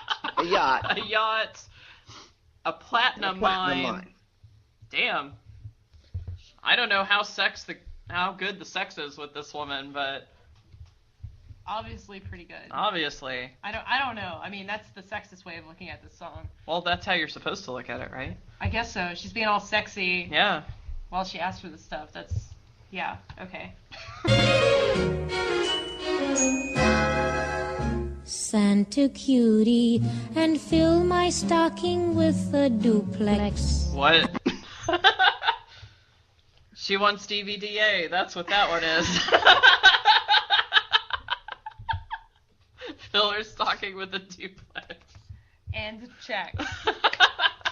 So, like, she owns the duplex and is renting it out, and so she gets the checks? Or are the checks separate from the duplex? Like, she's just gonna... If she owns a platinum mine, can't she just get her own damn duplex? No. So what's the platinum mine supposed to be, though? I don't know. Her bedazzled vagina. It's clitter. It's clitter. Turn your labia into a yabia. Oh, no, I got it. The platinum mine is she wants piercings. That's what it is. Okay, alright. And she wants platinum piercings. I love this song more and more now. It's not often that we have a stupid sexist song that we end up liking halfway through. In fact, I think this is the first time ever. And checks. Sign your X on the line, Santa. Don't fill out the amount, just sign and it. hurry down the chimney tonight.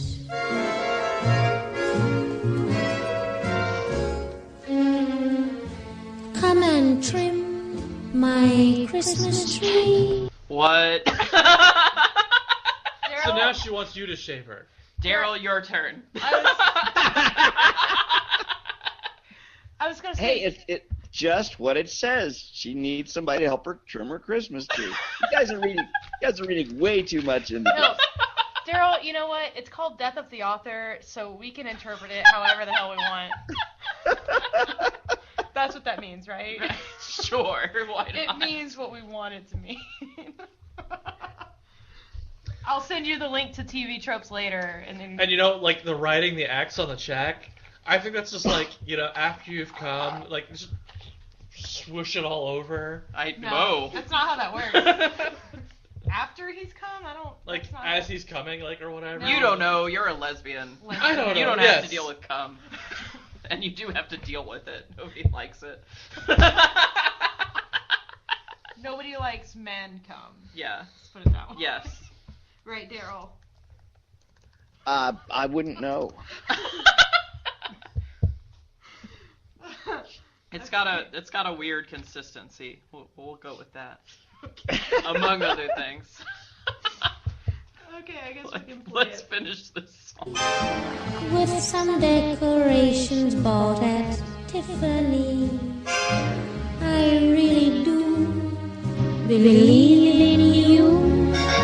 Let's see if you believe in me. Santa baby forgot to mention one little thing, a ring. But not an Uva ring, because that shit could kill you. So this is the part where she's like all marriage and baby crazy. Yep. Because she wants a ring. You're baby crazy. Why do we not have that as a drop for this show? There's a baby crazy drop? From Archer. Ah, damn it. Lada, you're baby crazy. We need a baby crazy drop. I'll have to when I listen to this tomorrow while I'm sober, I'll remember it. Maybe. All right. Alright. There's not much left to the song. Nope. I don't mean on the phone, Santa baby, so hurry down the chimney tonight. Hurry down the chimney. Oh yeah, cock ring. That's what the ring she wants. It's not about marriage.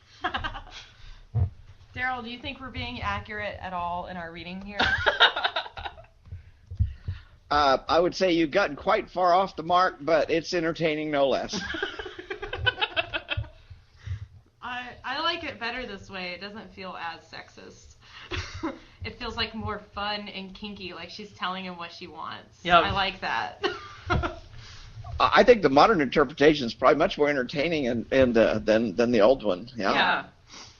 All right, I'm gonna go with the that one. whole cock ring thing, I think, is ideal. I love that. Yeah. Yeah. I like that. See, it's not a ring on the phone. She doesn't say what kind of ring. Right. Could be a platinum cock ring. Yeah, there you go. Although I don't know why you'd want to spend that much money on a cock ring, but at least it wouldn't break like those, I don't know, those stretchy ones seem to break fairly often with Chris. Yeah, I know.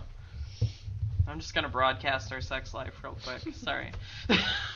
That's what I do. I don't broadcast my sex life. You're welcome, the boy. I try not to anyway. Try not to. Sadly, the only pussy I get meows. Well, I'm that's sorry. odd. Why are they meowing at you? Usually because they're demanding food. Well, if you feed your partners, they might have sex with you. Yep. No, they're four-legged. They're the kids. Oh, okay.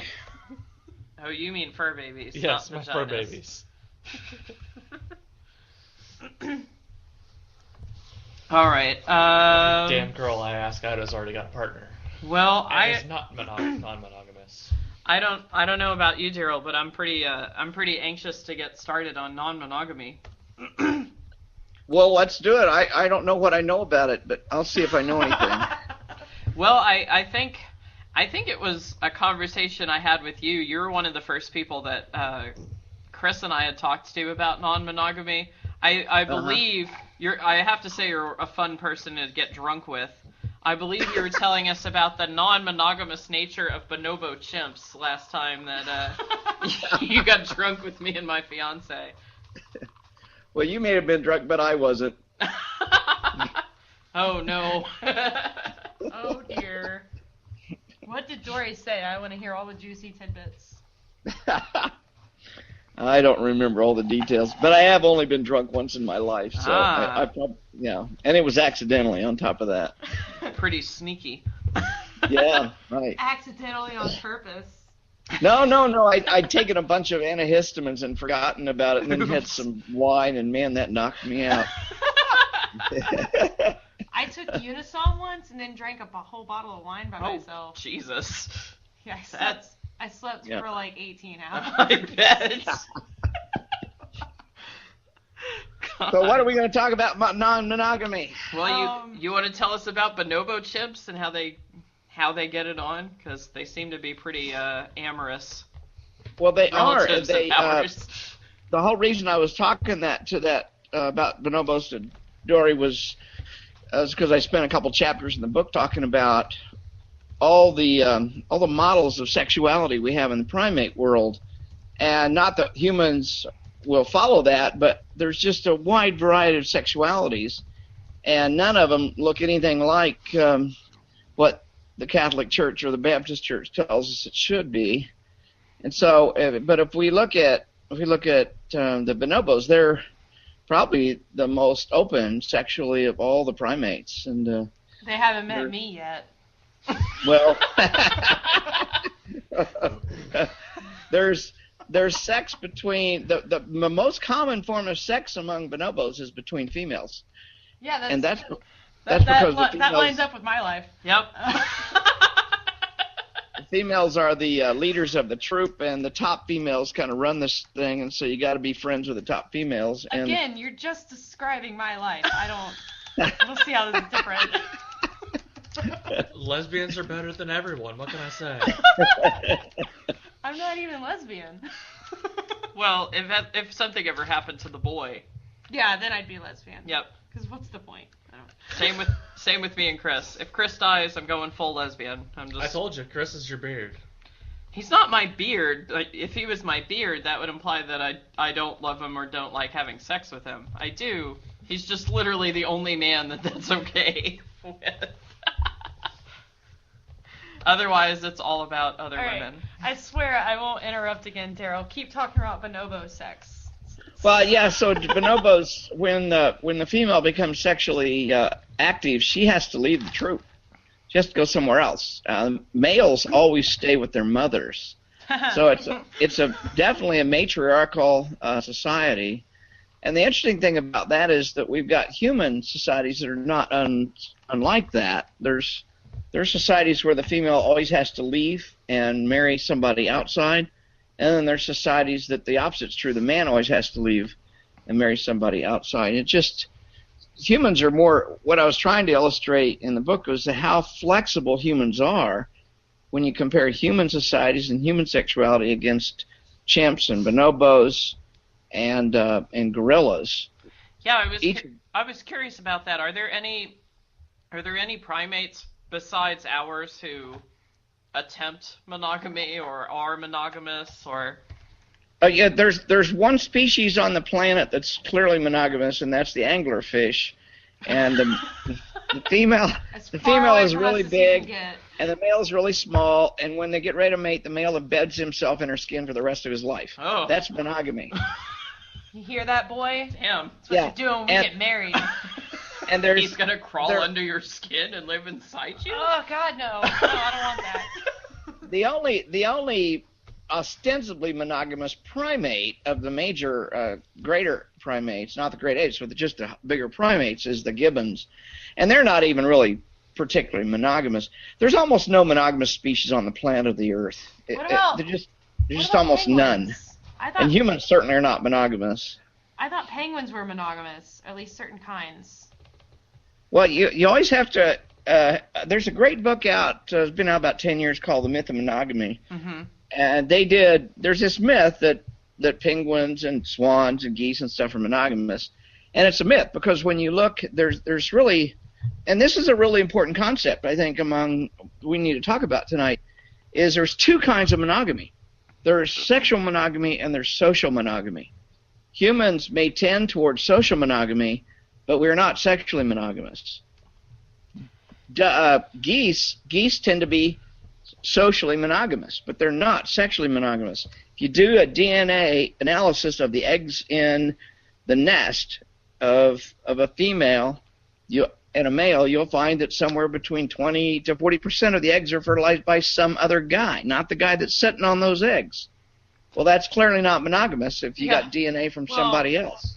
They're clearly tricking these men. Yeah, exactly. It's creepy. And it's true of birds. Tells you. There's almost no true sexually monogamous birds. There's lots of socially monogamous birds, but there's not very many sexually monogamous birds. And when people talk about monogamy, you really can push my button on this one, because I think we should define our terms really carefully. Yeah, I'm glad that you brought up social monogamy versus sexual monogamy, because those are pretty good distinctions to start off with. Absolutely. And when we start making that distinction, then we can say, are we a monogamous species? No. But we do have a tendency to want to mate with a single and have a long-term relationship with maybe one person, but that's not even universal there. There's lots of societies where there's multiple sexual partners. And I'm not talking polygamy. I'm talking about all sorts of sexual partners. Yeah. Well, even people, it seems to me like there's people who are technically monogamous, but they're like serial monogamous. Like they've been married 5 or 6 times or something like that, and it seems like they would benefit quite a bit from just being sexually non-monogamous. Yeah, you've just brought up another pet peeve of mine, and that's, again, to define our terms carefully. That is not monogamous. Anybody that uses I call anybody that uses the term I call bullshit on anybody that uses the term serial monogamy. There's no such thing. Either you're monogamous or you're not. Here's the deal. Jesus said monogamy is one sex partner for life, period. That's monogamy. If you have had 2 sex partners, by definition, you are not monogamous. Well, you know what I say to Jesus? Shut up, you're not my real dad. You don't get to define shit for me. So what I advocate is we define these terms. Instead of calling it serial monogamy, let's call it a tendency towards exclusive relationships. Then you can have 10 exclusive relationships over a lifetime if you want. I don't care. But it's not monogamy. In fact, I in my talks, when I talk in front of groups, I oftentimes ask, how many of you know somebody that's monogamous? And 90% of the people or more will raise their hand in the room. And then my next question is, if it's not you, how would you know? And you heard the silence. That's what I have. And people put their hand down. Because you don't know. People will tell you all sorts of shit about their sex life. They'll lie to you all over the place. Both of my parents swore to me they were monogamous, but I've got some pretty good proof my dad wasn't. And I don't know if my mom was. I never got proof on her, but it... So you're like digging through your parents' past to prove that they cheated on each other? Like... I mean, my dad had a lover before my mom. Yeah.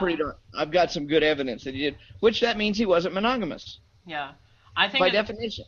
I think it's interesting. I mean, because you could see these statistics all the time where they talk about like the majority of men cheat at least once during their marriage, and I think it's the majority of women also cheat at least once during their marriage, and it's like obviously we're pretty shitty at being sexually monogamous. No, we're shitty at being exclusive. Yeah. We are terrible at monogamy. We don't do it at all. Yeah. If 10% of the population is monogamous, it would be surprising to me. And there's absolutely no way to know that anyway. It would, especially if we're going with the literal definition of monogamous, then that's pretty fucking impossible. Yeah, right. There was a study in England in the early 1950s of blood types, and they were trying, I don't remember the gory details, but they were trying to resolve some problems around the RH factor, I believe, and blood transfusion stuff. So they asked lots and lots of married couples to donate, to give blood, and then they tested the blood and to try and figure out what the problems were with babies, having RH factor stuff. I believe that was what the thing was.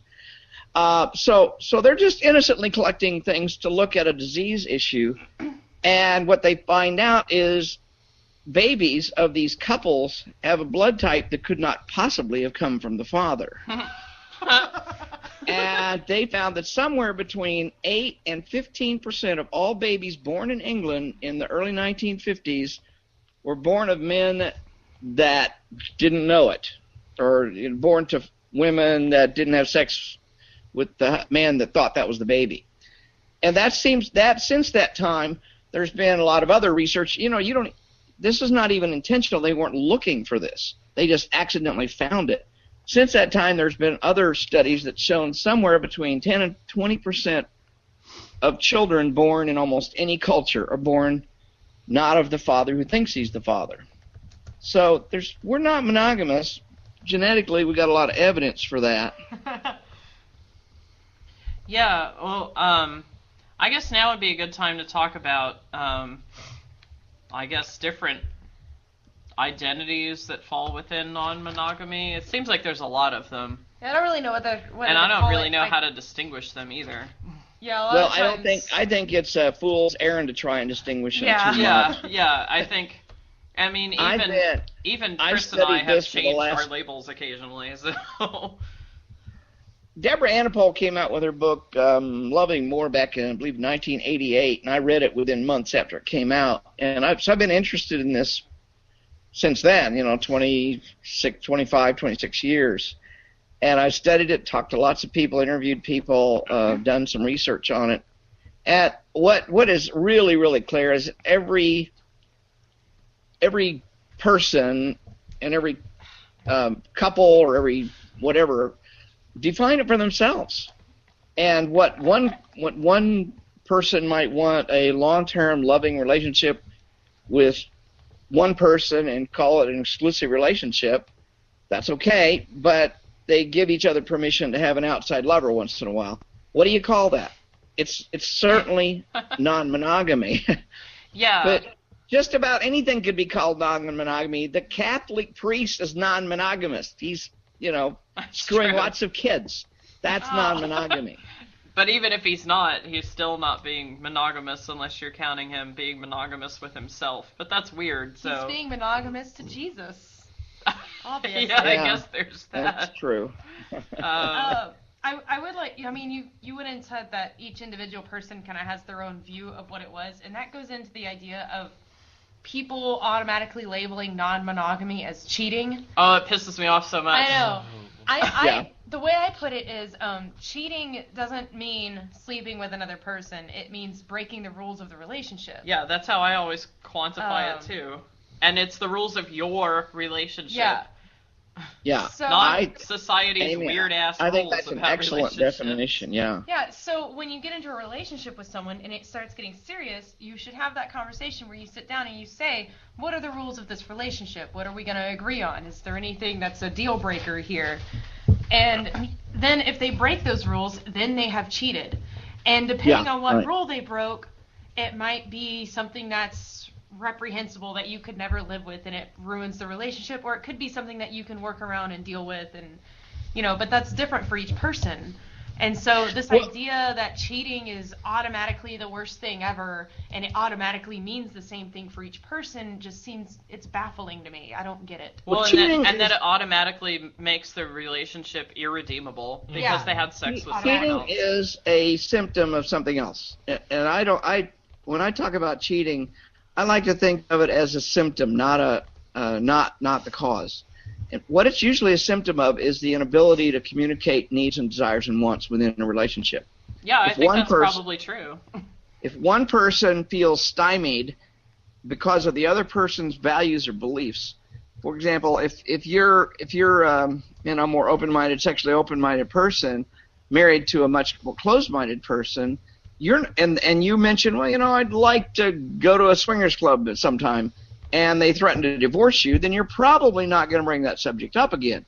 But you yourself may go to the the swingers club by yourself. Not the divorce club. Yeah. Not the divorce club, right? You may go there too eventually. Right. So what I think we should be talking about. Cheating is, I like the definition, a violation of the rules of a particular relationship. Yeah. But too many people get in relationships blind, and they don't think them through. And that's okay. Well, I mean, our culture has actually programmed us that love is forever. You're mine, I'm yours. This ownership bullshit.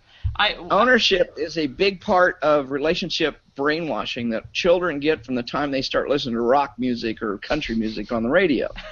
It's funny. Chris and I were at We were at Fellowship of Free Thought, which is our little atheist church. OMG controversy, whatever. It's not actually a church, but that's what the media keeps calling them. So we were at Fellowship of Free Thought. I think this was like a year ago or maybe more. And we were chatting with someone there, and we were talking about monogamy specifically. And this person had the most hilarious way of looking at it. They said, there's no other relationship that you have in your life besides your romantic one where you're only allowed to ever have one. Like, even best friends, you're never going to have a best friend who's like, okay, you and I are best friends now, and if you ever are friends with anyone else, then we're not friends anymore, and I'm never speaking to you again. And it was like, yeah, you've got a good point there. But our culture is so brainwashed and inundated with this idea of sexual fidelity, and it's a religious concept. I mean, it's clearly a Christian religious concept that we have no way of getting out of that. It's crazy. One of those things where, I mean, Chris and I have become more and more comfortable with being, I don't know how you want to phrase it. I guess we're sexually open, or we can have sex with other people, whatever. And it kind of, like, whenever I'm watching mainstream media or things like that, like, I find myself getting more and more annoyed, especially by, like, love triangle storylines and shit like that, where I'm just like, what's the fucking problem here? I don't understand. Yeah, right. Yeah. Just be honest and everybody can be happy. The biggest one that comes to mind for me is when Chris and I were watching Orange is the New Black, and there's like that big love triangle with Piper and her fiance and her former lover that she's in jail or in prison with.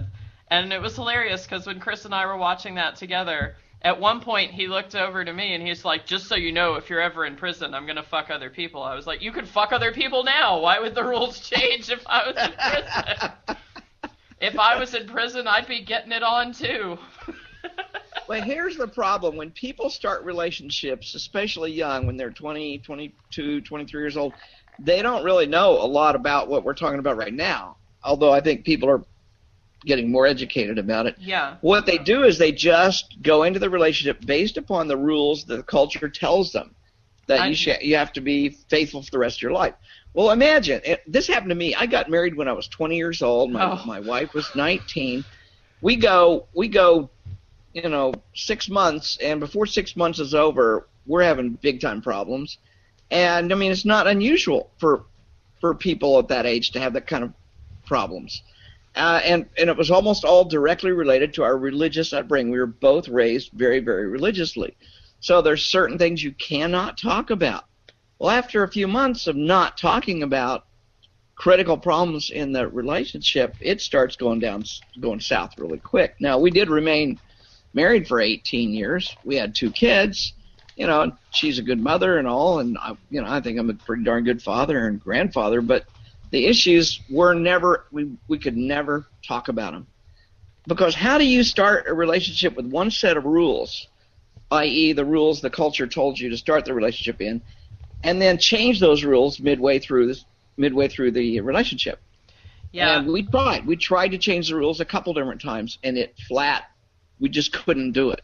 It wasn't going anywhere. Well, and it was all because of our religious training. When the boy and I first started dating, we started dating right at the cusp of when I was like coming out as bisexual and atheist and whatnot. And so I just told him flat out from the beginning, hey, I'm bisexual. I like men and women. And he was like, okay, I don't care. And I just kind of left it at that. And we occasionally would discuss non-monogamy, but it's the beginning of the relationship, so we're focusing on each other a lot to everything. So we didn't become more open or anything till maybe a year into the relationship. Yeah, I think it was. And we've changed the rules a couple times since then, and it seems to work out. Like, I don't know. I guess it's because we're both atheists, so we don't have the religious baggage. Yeah, we don't have too much of that going on. Right. But you started the relationship in a flexible way as well. Yes, we did. Yeah. That makes a big difference. The same thing was true for Chris and I when we started. Like, one of our first conversations early on was, obviously he knew I was bi, and trans. And I've joked about this before, but I really think it's true. I think especially with a straight guy, if he can get over the fact that his girlfriend was born with a dick, he can probably get over a lot of other shit too. Like, that's a pretty fucking big roadblock for people to deal with.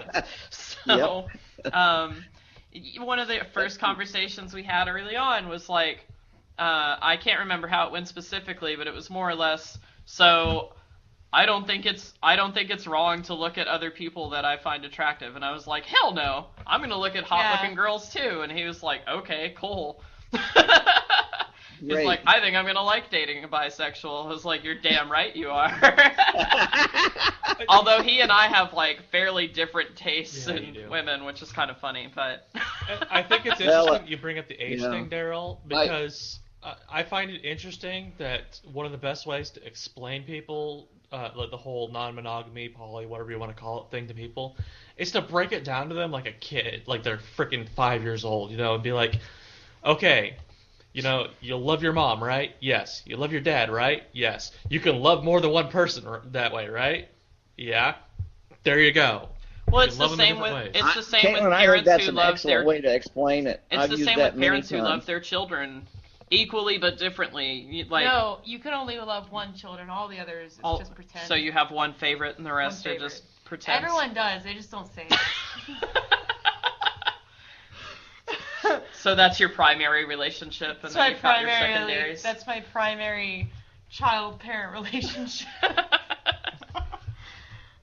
Because I've had to do that. I mean, I hope my future kids never. I was in a relationship with two people about a year ago. You're old enough to. At the same time, and like, my grandmother. I'm asexual, and so like, when my grandmother found out that I was in a relationship with two people, she's like, "Oh my God, I don't need to hear about your sex life." I'm like, I don't have a sex life.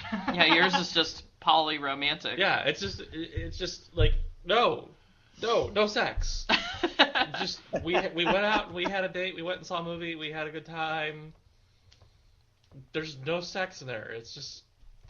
I always think it's so funny. As we've gotten more comfortable about having a sexually open relationship, I'm more comfortable talking about it with other people, which is true about how I've come out with pretty much everything in my life. And it's so funny to see how people react when I tell them, oh yeah, my fiance and I are, we're poly, or we're in an open relationship, or monogamous, or whatever the hell label you want to use. I tend to use poly because most people have heard of that before, so I think it's a good label. I don't have to explain as much with them.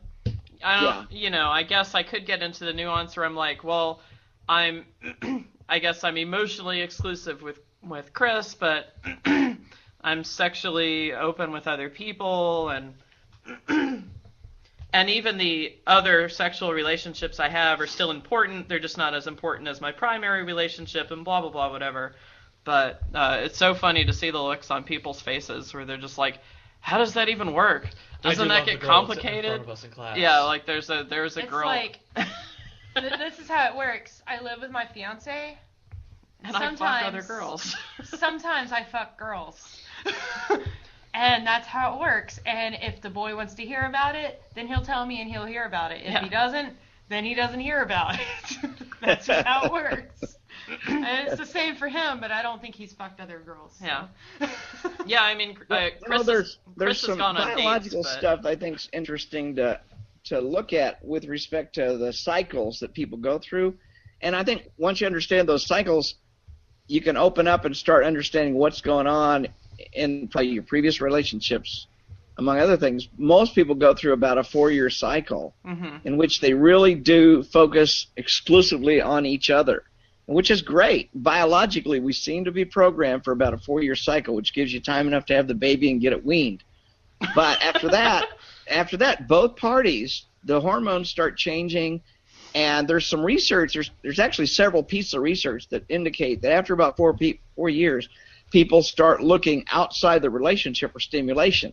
It doesn't mean they go outside the relationship, but they do look outside the relationship for stimulation after about 4 years. Well, if you understand this about yourself, you realize, okay, we're in for about 4 years of real intense sexual interest in one another, and that's all well and good. But at 4 or 5 years, we need to be prepared for the next phase, and then we need to prepare to negotiate that next phase and change the rules if they need to be changed at that time. But both of you have already talked about how you've built that right into your relationships, but I don't think very many people do. Well, and it's great. I think the communication between me and Chris, specifically because we're non-monogamous, at least sexually or whatever, I feel like the lines of communication are pretty much wide open. Like, I don't feel like there's any kind of taboo subject that I couldn't bring up with him that would just, like, destroy our relationship if I did. So I think that's one of the most freeing things about a non-monogamous relationship is, when you've got some of those big hurdles out of the way that most people aren't willing to deal with, it makes it easier to deal with other shit that comes up in your life and not be worried about destroying everything that you've built with this person because of it. So yeah. Well, if there's one area that you cannot talk about in a relationship, then that area becomes like a dam, and the water starts building up behind it. Sooner or later, that water is going to come out. Yeah. It may come out, and it almost always comes out inappropriately in what we termed earlier cheating, but it could come out other ways, as in illegal behavior, for example, or self-destructive behavior, or depression. There's lots of ways that it comes out in couples. I mean, as a marriage counselor, I saw it many times. Couples coming in, and I find out what's going on, and we haven't had sex in 6 months, we haven't had sex in 2 years, and so I started trying to ask him. Well, the last time we tried to talk about it, we had a big fight. Well, what was the fight about? Well, he wants I caught him using pornography, and that really messed me up. Or something. Wait, if you're not going to have sex with someone, what do you think is going to happen? I mean, I don't understand this mindset. Like, well, not only that, but masturbation is different from sex, and they're both enjoyable. Just because that's something I just plain don't understand. Like, Chris and I were just talking about this earlier this week, where it's like, yeah, just because you're sexually fulfilled with your partner doesn't mean you don't also want to masturbate, because masturbation can be fun in a different way than sex with different particular partners. Like, it's just like sex with men. If you hook somebody up onto a machine, you'll find that masturbatory orgasms oftentimes are more intense than non-masturbatory orgasms. Well, so you've had more practice with this. Yeah. There you go. And not only that, but it makes sense because you're focusing exclusively on yourself and getting yourself off and all of that. Not that there's anything wrong with focusing on whoever your partner or partners might be when you're having sex, because that's fun too. But I think that's why masturbation is fun in and of itself, because you're focusing on yourself and your needs, and you're getting that done. So you're not as distracted, I guess, as you are with partnered sex. Well, I saw a video this week that just pissed me off big time, and it's something we ought to talk about. And this whole idea of sexual addiction, and masturbatory addiction. God. I just hope your listener. I want to make sure your listeners know there is absolutely no such thing. No, if somebody has problems, quote, problems with it, porn, and they're neglecting their partner to masturbate, that's not porn addiction. That's relationship problems, and they need to talk about the relationship problems. Oftentimes, the person who's, jacking off all the time tried to talk about something they want with their partner and got rejected, and so now there's this tension in the relationship, and it has a negative downward spiral. I've seen this so many times. And then the spouse comes into me and says, my husband or my wife's addicted to porn, and it's their problem. Well, no, it's both your problems, because you won't talk about your sexual relationship. So, yeah, big pet peeve of mine is this whole idea of porn addiction or sex addiction. They tried to get like the sexual addiction or whatever in the new DSM, and it didn't fly because it's not an addiction. It doesn't fall within the parameters of what an addiction is at best. And I could at least see this argument in some cases. At best, it's a compulsion that somebody might use if they're dealing with stress or something like that. Depression. Or depression. I could see that argument for some people if it's not related to a relationship of theirs. Right. I could see the argument that this is a compulsion that they're using in order to cope with something else, either their relationship or something else that's going on in their life. But that doesn't make it an addiction.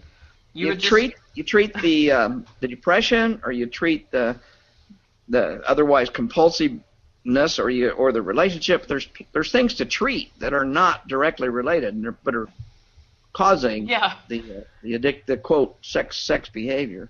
That's what drives me crazy the most with the whole sex addiction thing. Is it's masking whatever the real problem actually is. It's the same thing with gaming addiction and all those other shit. Yeah. The religious people love the idea of sex addiction. And I know they do.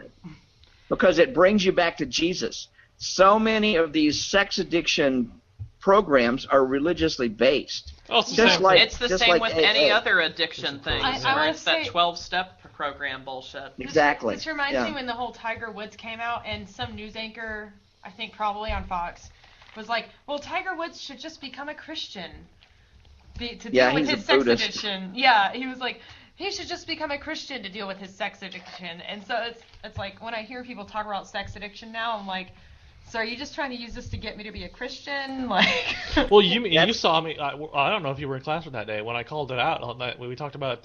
You weren't there for. We had the drugs day in our physio class. Oh boy, yeah. I called it out. Like, someone's like, "Oh, the 12-step program." I'm like, dude, 9 of the freaking 12 steps are religious based. Well, and the 12-step program has about the same success rate as not being in any program. Yeah, exactly. Which is a really shitty success rate.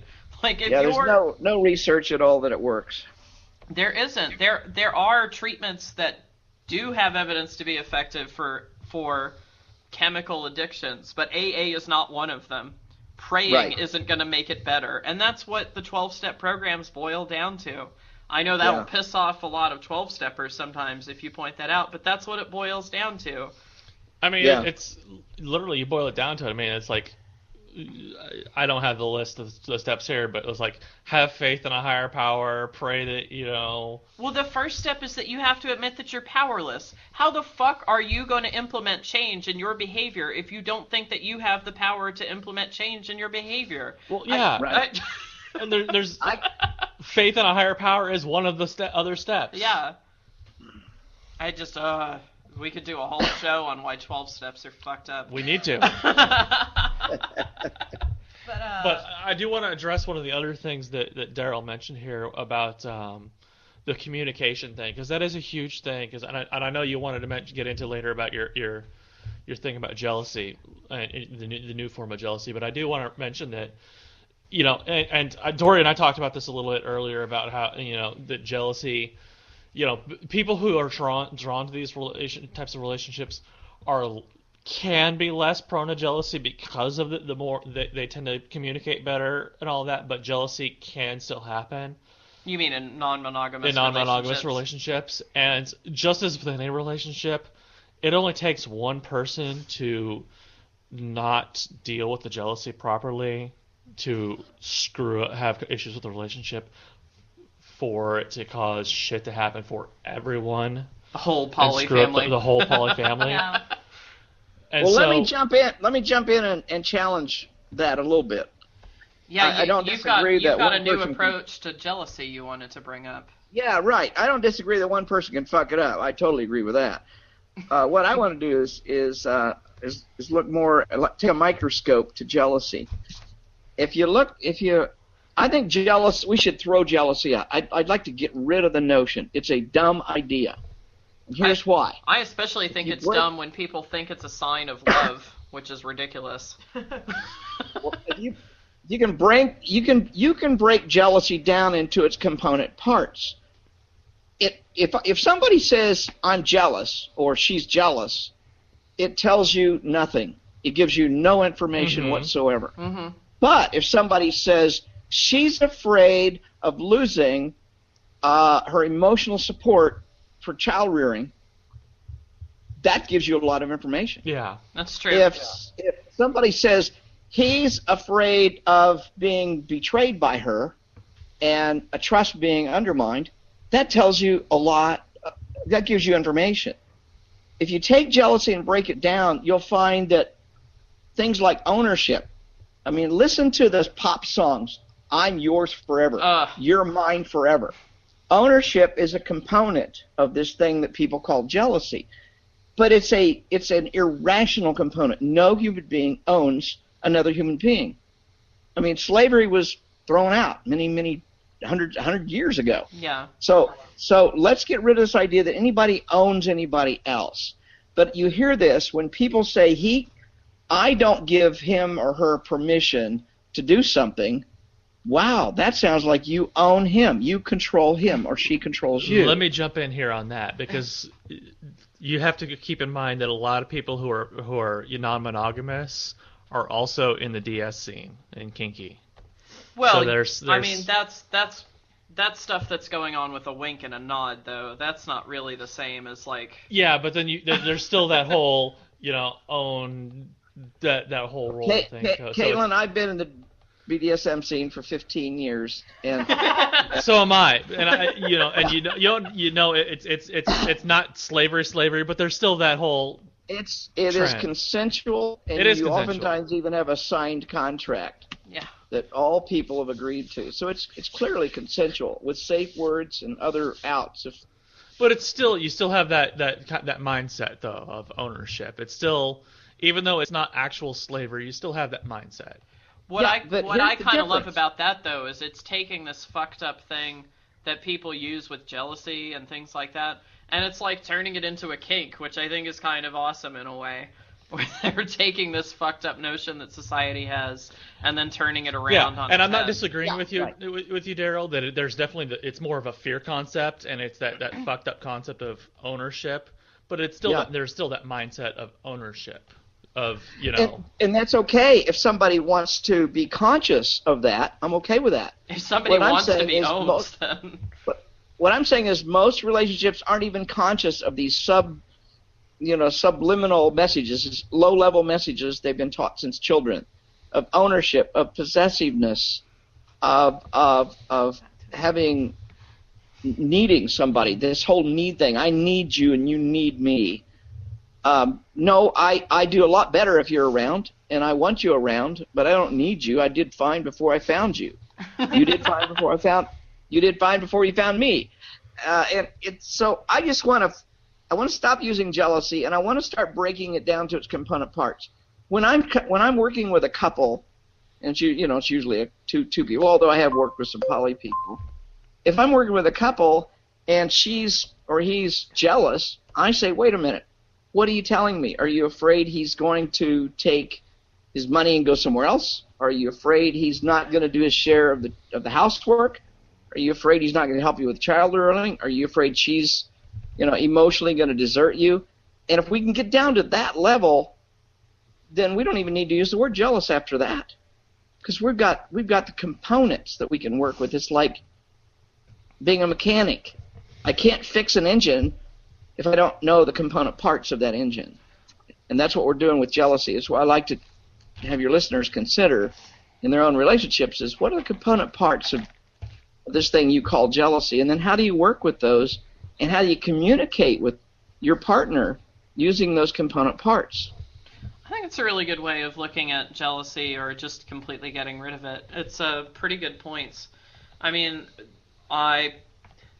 we pretty much don't deal with jealousy in our relationships, Chris and I, but whatever twinges that I do get from jealousy, usually it doesn't even have anything to do with being worried about the things that you've mentioned. Sometimes it just has to do with like my body dysphoria coming out because of the whole gender thing and all of that, where I'm like, oh, well, I haven't had surgery yet, and so I've got some insecurities about that that will occasionally come up, not very often, but occasionally they do. And you're right, like it's not really about jealousy, it's more about this other issue that needs to be dealt with. So I think it's a pretty important thing to keep in mind. Well, I've dealt with another one I haven't mentioned is fear of abandonment. Oh yeah, I think that's probably what most people's call that jealousy, comes from. But it's not. It's fear of abandonment. And I have dealt with a lot of what people would label jealousy, and it is mostly a lot of these fears that I'm going to lump as jealousy, because for each individual case it was a different fear. Different relationships. So let's talk about the fears and then not worry about calling it jealousy. Yeah, but like I'm going to say jealousy now because it's different relationships in different cases, rather than me just saying a fear for each case, because I've had different attempted relationships, and that was going to get into, and I'll explain those after I give my second point here that I was going to get at, that, like we were talking about earlier, that there's so many damn forms of these that sometimes people be in these relationships and not even realize it, and that's when I get into my story here of, like I've been in these relationships for frickin' ever, My earliest memories is doing kinky shit, as a kid. So I've been kinky for frickin' ever. I've always done kinky, relationships.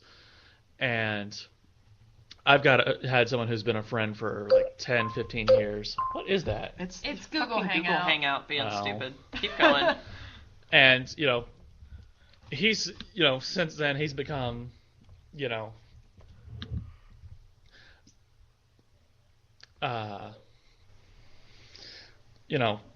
and I do age play stuff, and he's become my daddy, and he's in a primary relationship with someone else who's a furry that I just call Foxy for whatever reason.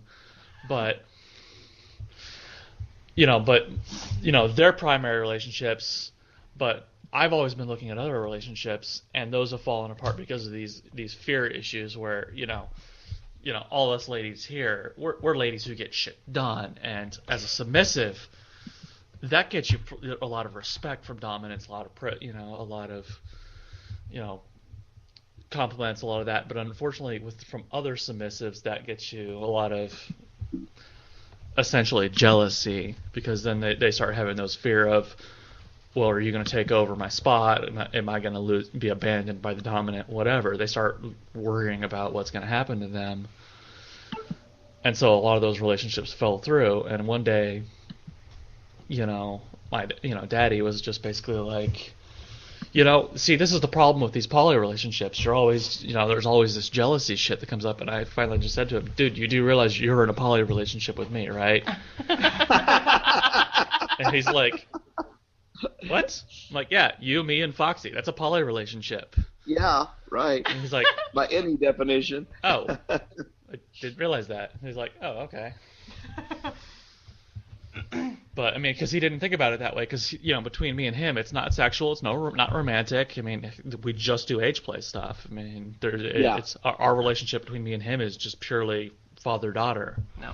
But so we're getting close to when we want to try to wrap up the show. So I guess one of the things that I was thinking of is, so let's say we're giving advice to our listeners who have never really considered like how to have this conversation with either their current partner or future partners, as far as like what rules they want to establish for their relationship when it comes to things like that. So what are some categories that we could break down? I know you mentioned socially monogamous and sexually monogamous, which I think are two pretty important distinctions to make, but I don't know, are there other things any of us can think of that should probably be brought up? Yeah, I think for me is honesty is quite a large category. Hell yes. You can say, yes, I want you to be honest with me, but then it's like, well, how honest? How much do you want to know? Mm-hmm. And in starting out our open relationship, the boy and I didn't realize that we would need to specify this. Mm-hmm. And so sometimes we were sharing too little, sometimes we were sharing too much, and we had to sit down and have another discussion about the communication part. Like, how much communication do you really want from me from this? And it turns out they wanted less. Like, we wanted less communication. Isn't that interesting? Yeah, some couples who are non-monogamous have like a don't ask, don't tell policy where it's okay, they just don't want to hear about it. Yeah, they're like, it's fine, I don't care, I don't want to hear your exploits. Well, I can say that when I wrote Sex and God, the last 5 chapters of that book I wrote to get people to talk to each other and to ask some pretty tough questions, because my thesis is that it doesn't matter what kind of relationship you're in, you're still being affected by religious programming, things you were taught as a child or things you've absorbed from the culture. So I don't have a whole list of stuff for us to. We wouldn't even have time to talk about it right now. But and I wouldn't want your listeners to go get the book and just read the last 5 chapters. But those last 5 chapters were designed for people to ask some questions about how they communicate with their partner and what they're communicating. And I think that we're not trained in how to be honest. We're trained in how to lie to each other. From very early on, we are taught how to hide our feelings, how to not tell people what we're really thinking. So when you get into a close relationship, it's a whole new skill you have to learn. And one of the things I really love in the BDSM world is the contract and the checklists. I think there's a lot that can be you can gain by, even if you're not in the BDSM world. Those contracts you can get them online. Just go out and look at BDSM contracts. Really force you to communicate. Really ask questions about what you want, what you don't want, how much communication do you want, how much do you not want. All these things, I think. Eventually, to have a good relationship, you've got to do those. You've got to talk about those things. Yeah, and the fine art of negotiation from BDSM is something that anybody in a non-monogamous relationship needs to learn as well. Any relationship. I find it kind of funny that you're like explicitly saying basically write it out in a contract or like write it down. Because anytime I've heard people ridicule that before. Yes, anytime I have get into any discussion about like rape culture and consent, people are like, "Well, what do you want me to do? Write a contract every time?" And I'm like, "Yeah, if that's what you need to do." And they're being sarcastic, and I'm being completely serious. I'm like, "If you're not sure, write that shit down." Right.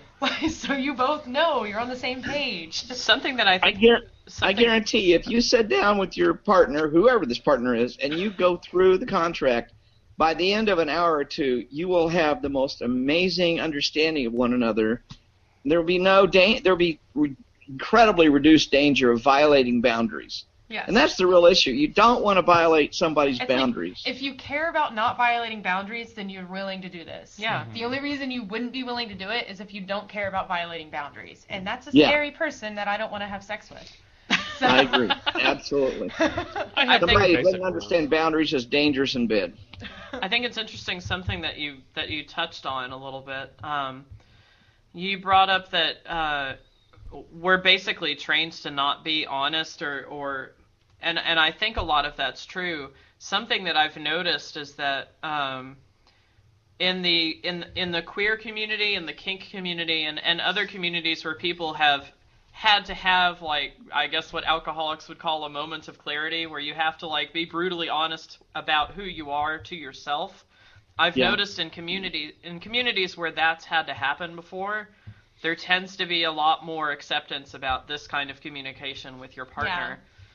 Because I know that it's like a stereotype that queer people aren't monogamous or whatever, but I don't think I think it's just humans are not monogamous, and queer people are more comfortable having those conversations. I like to say it's not just, I may have just lost my train of thought. I don't think it's just the moment of clarity. I think it's also the fact that these people have had to, for the most part, when you grow up, when you learn the script of dating, you learn it from a strictly heterosexist point of view, from a heteronormative point of view. And if you grow up and you're going to get into a BDSM relationship or a gay relationship or anything like that, there is no script. So you have to write your own. You have to do it yourself. Which is what you should be doing anyway. Well, I think it's also just a matter of, all these people live in closets, and once you've broken out of the fucking closet, you're like, fuck it, I'm going to be as honest as I can. Yeah. And I think heteronormative relationships could benefit from this very skill immensely. There would be a lot less divorce if people would just talk to each other. You can be hetero and just not be heteronormative. Yeah. Nobody should be heteronormative. But, and here's three basic rules that I have for any poly relationship. And, they're really basic, and you can break them out in more detail, but here's the three basic rules I have. Don't lie to me. Don't bring me any diseases. Don't get pregnant. That's pretty much. That was the rules. The first three rules that the boy and I laid down were, no lying, no diseases, and no outside babies. Yep. Those were our rules. I mean, we had those in the one penis policy is what we have. Yeah, and the one penis policy. That's the other one for ours. I'm not really attracted to other dudes that much anymore. Yeah, I'm not either. It's not much of an issue. And he's straight, so not an issue there, so it's fine. But yeah, I mean, we've expanded on it a little bit now, and to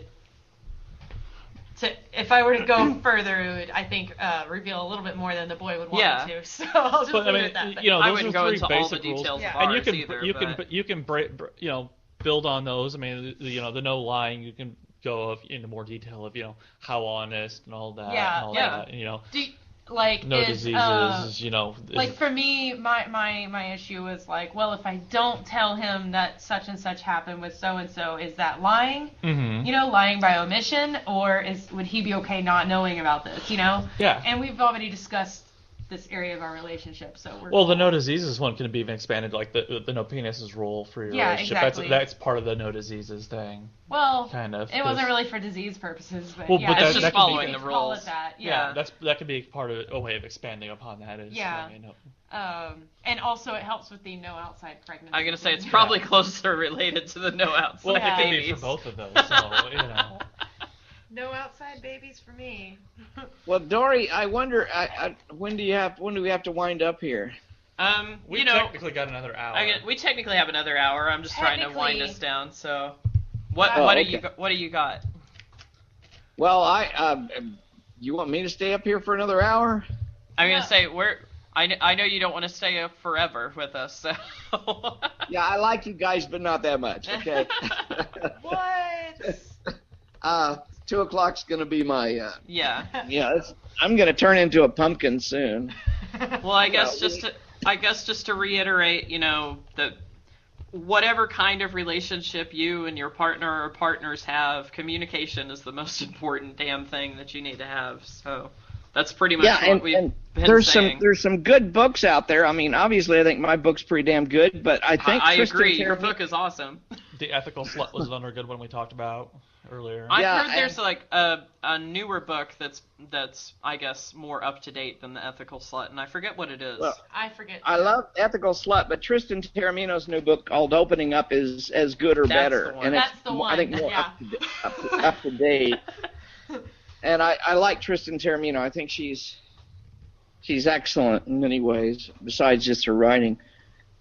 And there's other resources out there. There's the Polyamory Weekly podcast that has been going on for like 8 years. Oh, cool! I didn't know about that one. The Minx Polyamory Weekly podcast. It's an excellent podcast, and she has really good discussions on polyfamilies, on jealousy issues, on how to negotiate contracts. I mean, every week for the last 8 years, she's had Tristan Taormino on her podcast a number of times, among other people, Dosa Easton and some of the Ethical Slut people and all. So yeah, that's a resource. But another resource I wanted to make sure before I sign off on was was not kind of unrelated to everything else we've talked about, and that's the Secular Therapist Project. Yeah, I love the Secular Therapist Project. I'm glad you wanted to plug that real quick. Yeah, I want to plug that because it's hard in some communities to find a therapist that's well trained and won't send you back to church. Yeah. There's Christian counselors being graduated all over the place in these religious institutions, are graduating licensed Christian counselors. And they will not say they're Christian necessarily. You won't even know it till you go in and you've been in there for 6 weeks and they say, well, have you tried prayer? You don't want to hear that after 6 weeks of paying a counselor.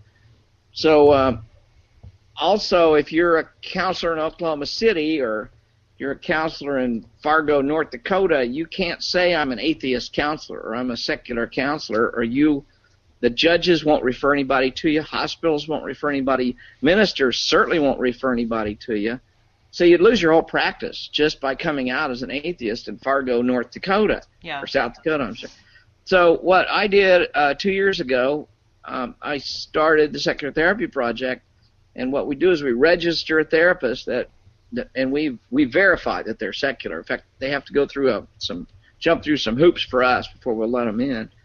So we've got 150, as of today, we've got 158 therapists all over the United States that agree that they will only use secular methods in their therapy, evidence-based secular therapy methods.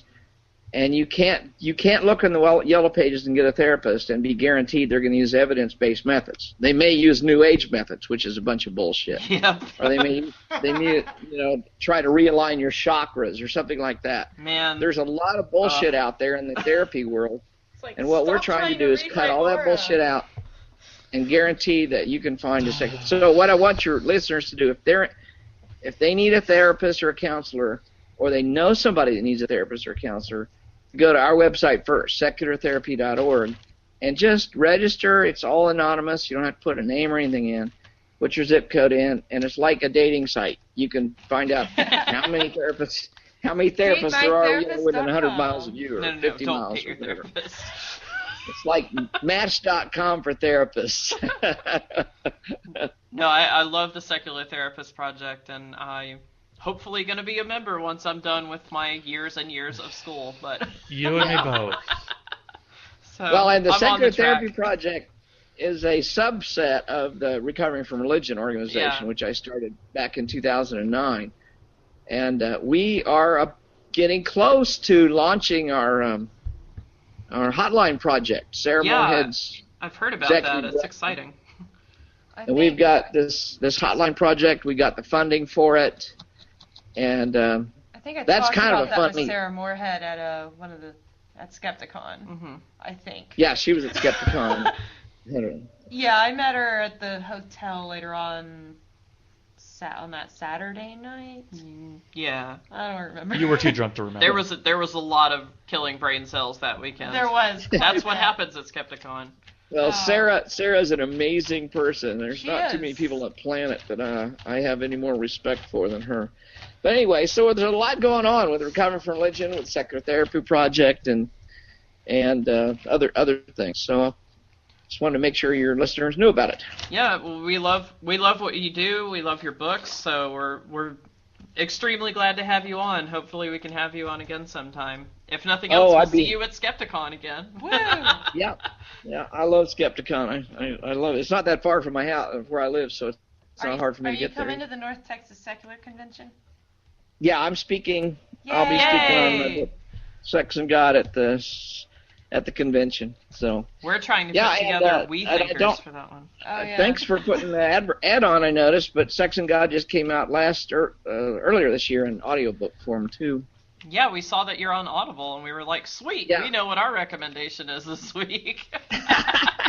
Yeah, and the God Virus is on Audible as well. They're both on Audible. David did them both for me. Yeah. Well, I did the voice. Wait, Fitzgerald? No. I was gonna say you have David Fitzgerald read the book.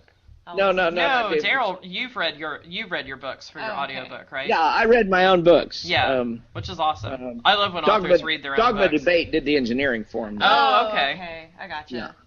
Yeah. Okay, well, I'm going to sign off here, guys. All right, we're going to sign off, too, with you. I got to party hard tomorrow night, too, so. All right. Okay, Thanks for having me on. Thanks. It was great having you. Bye, Daryl. Have a good one.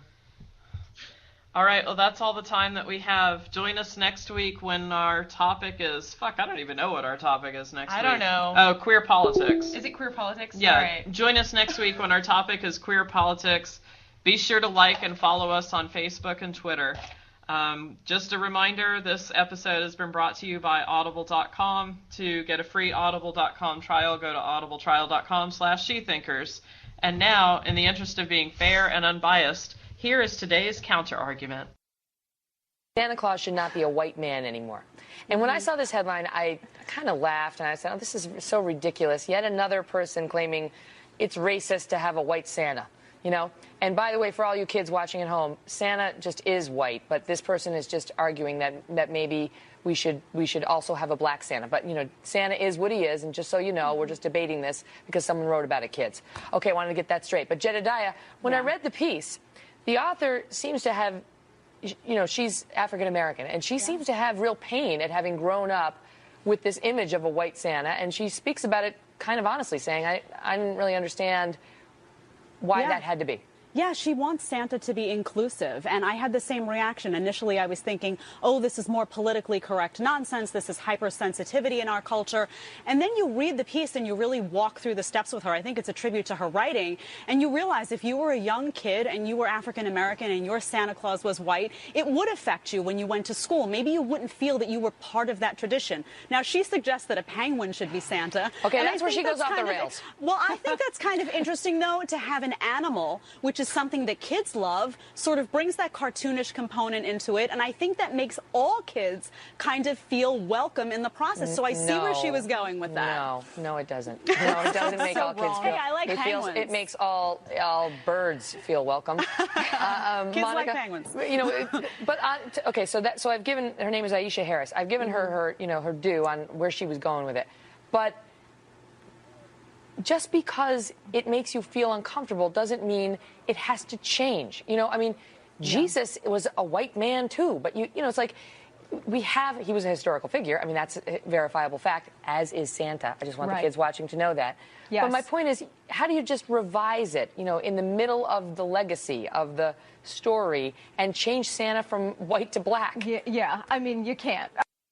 Hey, don't be stupid, John. A swarthy Turkish Santa will make people very uncomfortable. Yes. But that Megan said, just because you feel uncomfortable, that doesn't mean you should change it. Oh, wait, no. Megan said if I feel uncomfortable, there's no need to change it. If white people feel uncomfortable, then we have to change it.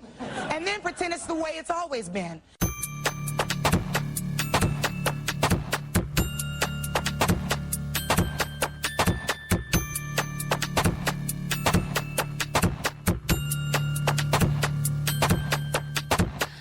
Lift me up, let me go, silvery. Planet smooth while you're lying next to me. Like the sun high above, you're the whip and the glove. Miss me sweetly, I had you find me. Seesaw my toy store, never know what I'm looking for. Right on top of every wave the ocean makes.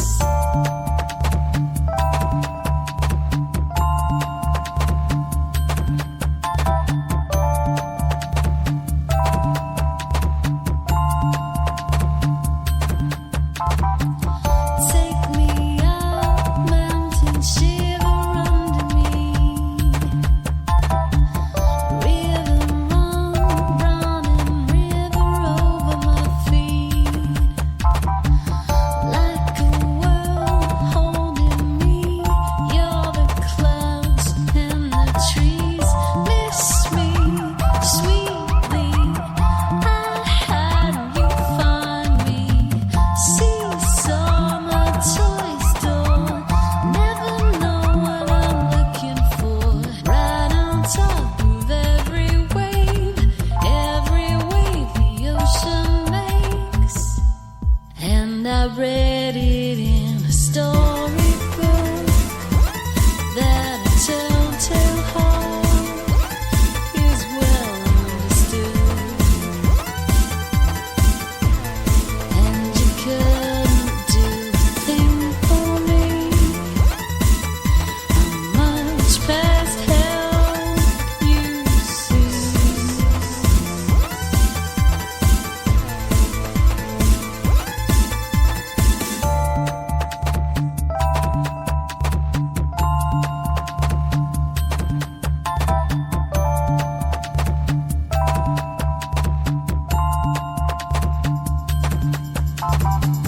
Hear that sound fly around the world on a balloon trip.